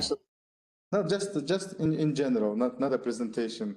Well, okay. Because there is this, there are experiments done in Astana by Center for Economic Research. Maybe there is opportunities for collaboration in that sense. Okay, well, actually, I had a question to the current speaker, the current presenter, but if you want me, I can show a couple of slides which feature what we have done in our lab. And yes, we are planning now. We can start with a question to Dr. Kizimbaev, then I can make you a presenter too. Okay. If you want me, I can try to upload some of my stuff which is enhanced now. Okay, but on to the present presentation, basically I had one very simple, I would say, question to Dr. Kuzimbaev, which is just like this: what is your main research goal in this project? So what do you want to find out? I didn't quite get it. Maybe I missed it. Sorry if that is the case. The goal, you mean by the hypothesis I have, or? Yeah. Basically, what kind of literature you intend to contribute? Literature is basically on, there is a lot of literature now in economics. If you know the studies by Kit Chen, how basically language structures affect patients, economic preferences. Okay. There are lots of literature on how language affects risk preferences as well. And now I'm basically thinking how language structure can affect animal attitudes as well. So kind of same story. So it goes back to Sapir-Whorf hypothesis, saying that languages we speak affect how we think, basically. Oh, actually, there are interesting connections. We can talk about it later. I have something to say maybe. Dr. Kizimbaev will be at the seminar as well. Okay. So we shall meet in this afternoon. That's easy. Okay. Okay, great. Thank you. Now I'll conclude, right? Okay. Thank you very much. Alex, do you want to share your screen? Yeah, I might. 1 moment. I'll just find out what I have stuff in hands. Okay, yeah. Here we go. I can do it. Let me make you a presenter first. I think I have to do that. But Borzhan, tell me, how much time do I have? 5 to 10 minutes, I think. Okay, I'll try to be quick. Okay, I'll try to be quick, and I'll just convey the main messages which I have over there. Can you see my screen? Yes. Oh, great. So, yeah. So basically, I hope I don't know to what extent the audience knows, but those who do run experiments definitely know what are cheating experiments. Cheating experiments are basically typical stories that the audience is asked to large set of group of people like that, right? They are asked to, they are given one dice and one cup. Cup is given them for privacy, right? And you have to throw a dice once and report to the experimenter in the in an online app via this QR code or whatever else, or with the computer, what is the outcome of your dice throw. And typical payment schedule is very simple. You convert it to local currencies if it's in different countries, but your payoff is proportional to the number you report in a baseline story, except for the outcome of 6. So basically, think for simplicity that 1, if you report 1, you get $1. If you report 2, you get $2, and so on and so forth. If you report 5, you get $5. If you report 6, you get nothing, 0. Why 0? Just to make sure that you do not simply report the largest number, but you have read the instructions, right? And then you know that the highest outcome is 5. Right now, if you go to this experiment was proposed long ago, actually, and published, proposed by Urs Fischbacher and Paul Michelsky. Here are some metadata reports in a famous paper by Johannes Sabler in Econometrica and co-authors in Econometrica 2019. Basically, they accumulate, and they have a website which accumulates the global results of these experiments. So basically, yes, this is standardized scores. So basically, the 1 means highest report, -1 means lowest report. So 1 corresponds to reported 5, -1 corresponds to reported 6. And this is 6, 1, 2, 3, 4, 5. And here are the proportions of responses. The dotted line, of course, shows you what is the expected distribution of reported numbers, because dices are fired. So we expect everyone will get each number with equal probability. Reports, as you see, are universally exponentially shaped, roughly speaking, right? So people are extremely lucky at getting 5s, somewhat more lucky than expected at getting 4s, right?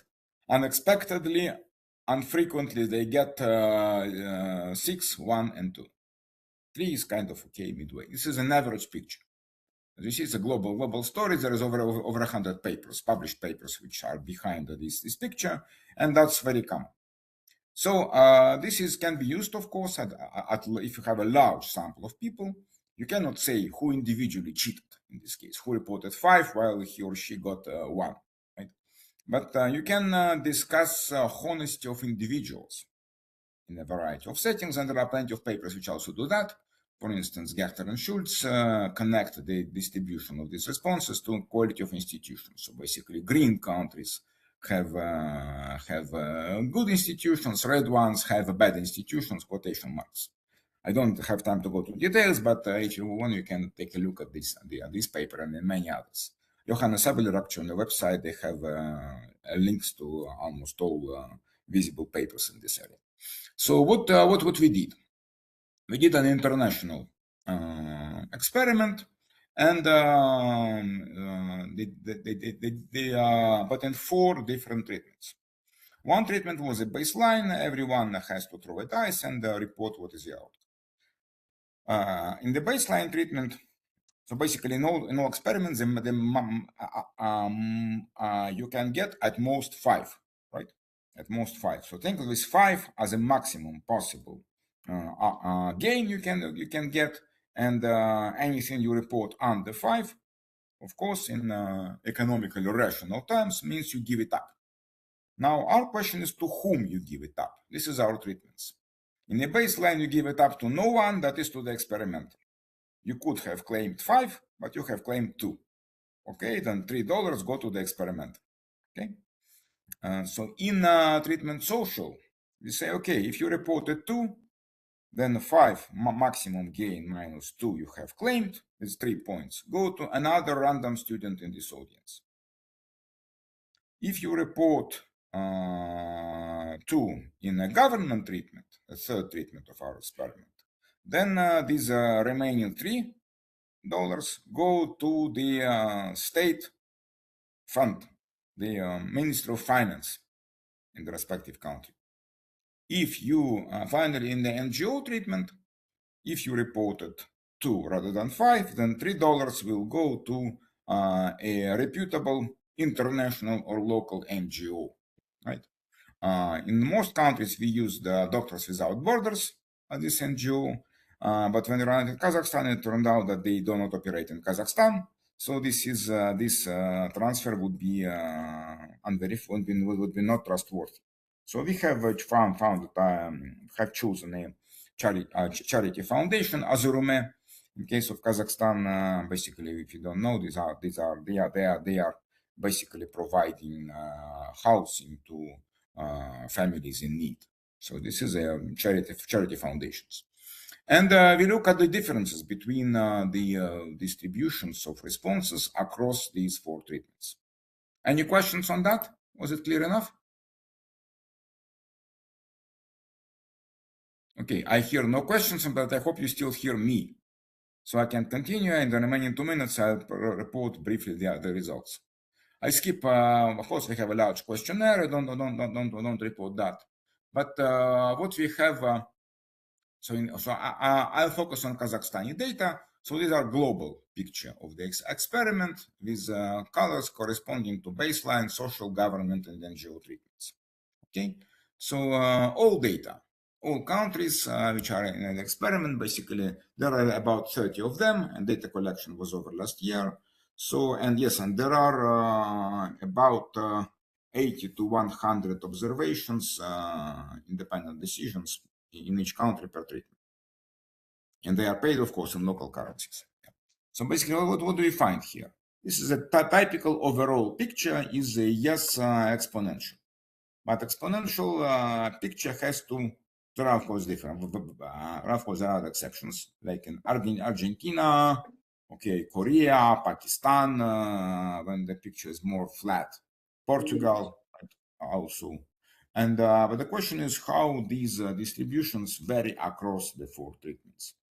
Baseline case. Yes, can you hear me? Is that okay? Can I speak? Yeah. Yes. So in the baseline. So in the baseline case, basically you see in most cases a universal exponential distribution, right? There are some exceptions like UK, maybe Poland, maybe Pakistan, Taiwan, Uruguay, but in most cases, I think we had not all data were related for the USA yet, but basically we have everywhere. In Kazakhstan, exponential picture. Most striking difference is the NGO, especially interesting for Kazakhstan. You see here the exponential picture remains in some countries, but it is not so robust anymore. There are shaking bars on each outcome, because the outcome 0 corresponds to 6, so everywhere 5 to 5, right? Singapore, for instance, almost flat, right? Portugal, almost flat, okay, some outlier here. Who else is doing that? Hungary, okay, a slight hump, but much more less expressed than in the baseline case. But what we have in Kazakhstan, look, that's really interesting. Now 5 is a kind of at expected frequency. Most frequent numbers are 3, 0, and 4, rather than 5 and 4, right? Again, still underreported 1 and 2. As everywhere, right? This tendency of second mode of 0, you can also see it in Pakistan, for instance, very explicit here, right?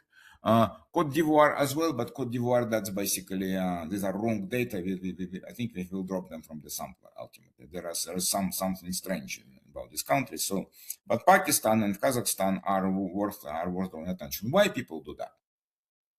And it's not a mistake because yes, there are many observations in there.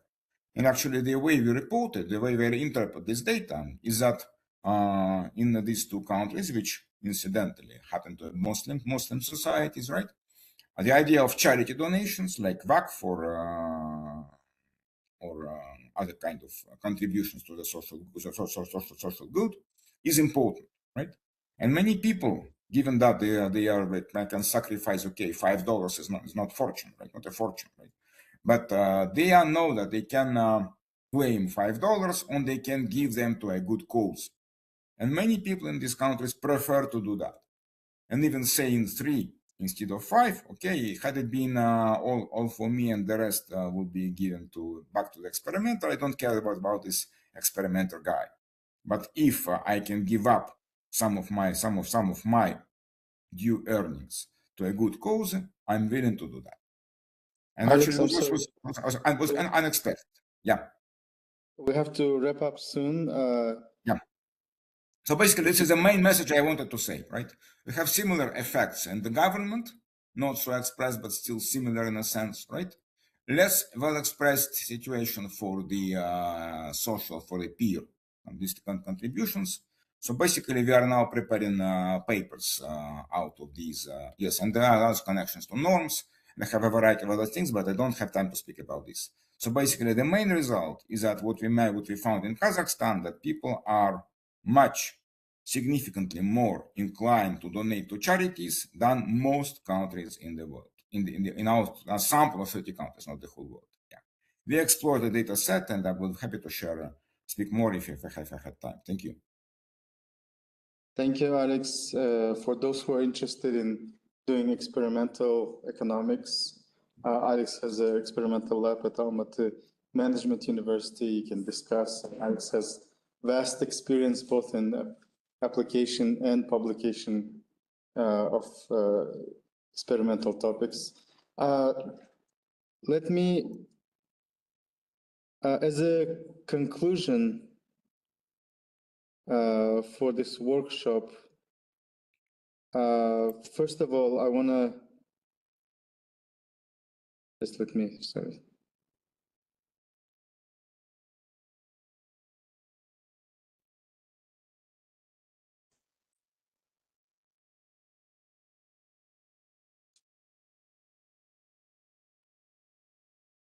There you go. So thank you very much, everyone, for joining, especially offline, both online. I hope it was useful. I hope most of you have a better idea what kind of data is available, collected at various institutions. Our overarching intention is to make this collaboration ongoing for purely symbolic reasons. We wanted to kind of sign a memorandum of understanding across research centers that we have here to start this kind of data exchange alliance. It's more of a expression of intention, but hopefully from intentions, further collaborations will continue. The session is recorded. We're gonna post it on our website and on the YouTube page of SDU Science Department, so you can review some of the data that were presented. Thank you very much for coming, and we will conclude by signing the memorandum across the research institutions that we have here. If you don't mind, from MNU, from Narcos, and our another fellow at the Research Center. I can start.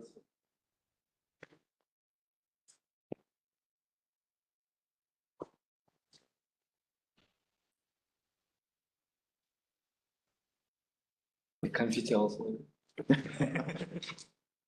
Maybe next time, when it's less symbolic. We have a colleague from Kazakhstan Sociology Lab and the CIPRO Research Center. When we were in Tashkent and Astana, they were willing to sign. But I hope it's going to grow into a general community for data exchange and collaboration. That's, I think, all of our goal in here. Thank you very much for participation and for your patience, and hopefully we'll meet more in this type of events. Thank you very much. If you don't mind, can we do a group photo quickly? Thank you. Thank you, Alex.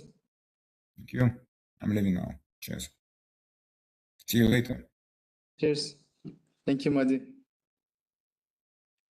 Big Zot, thank you.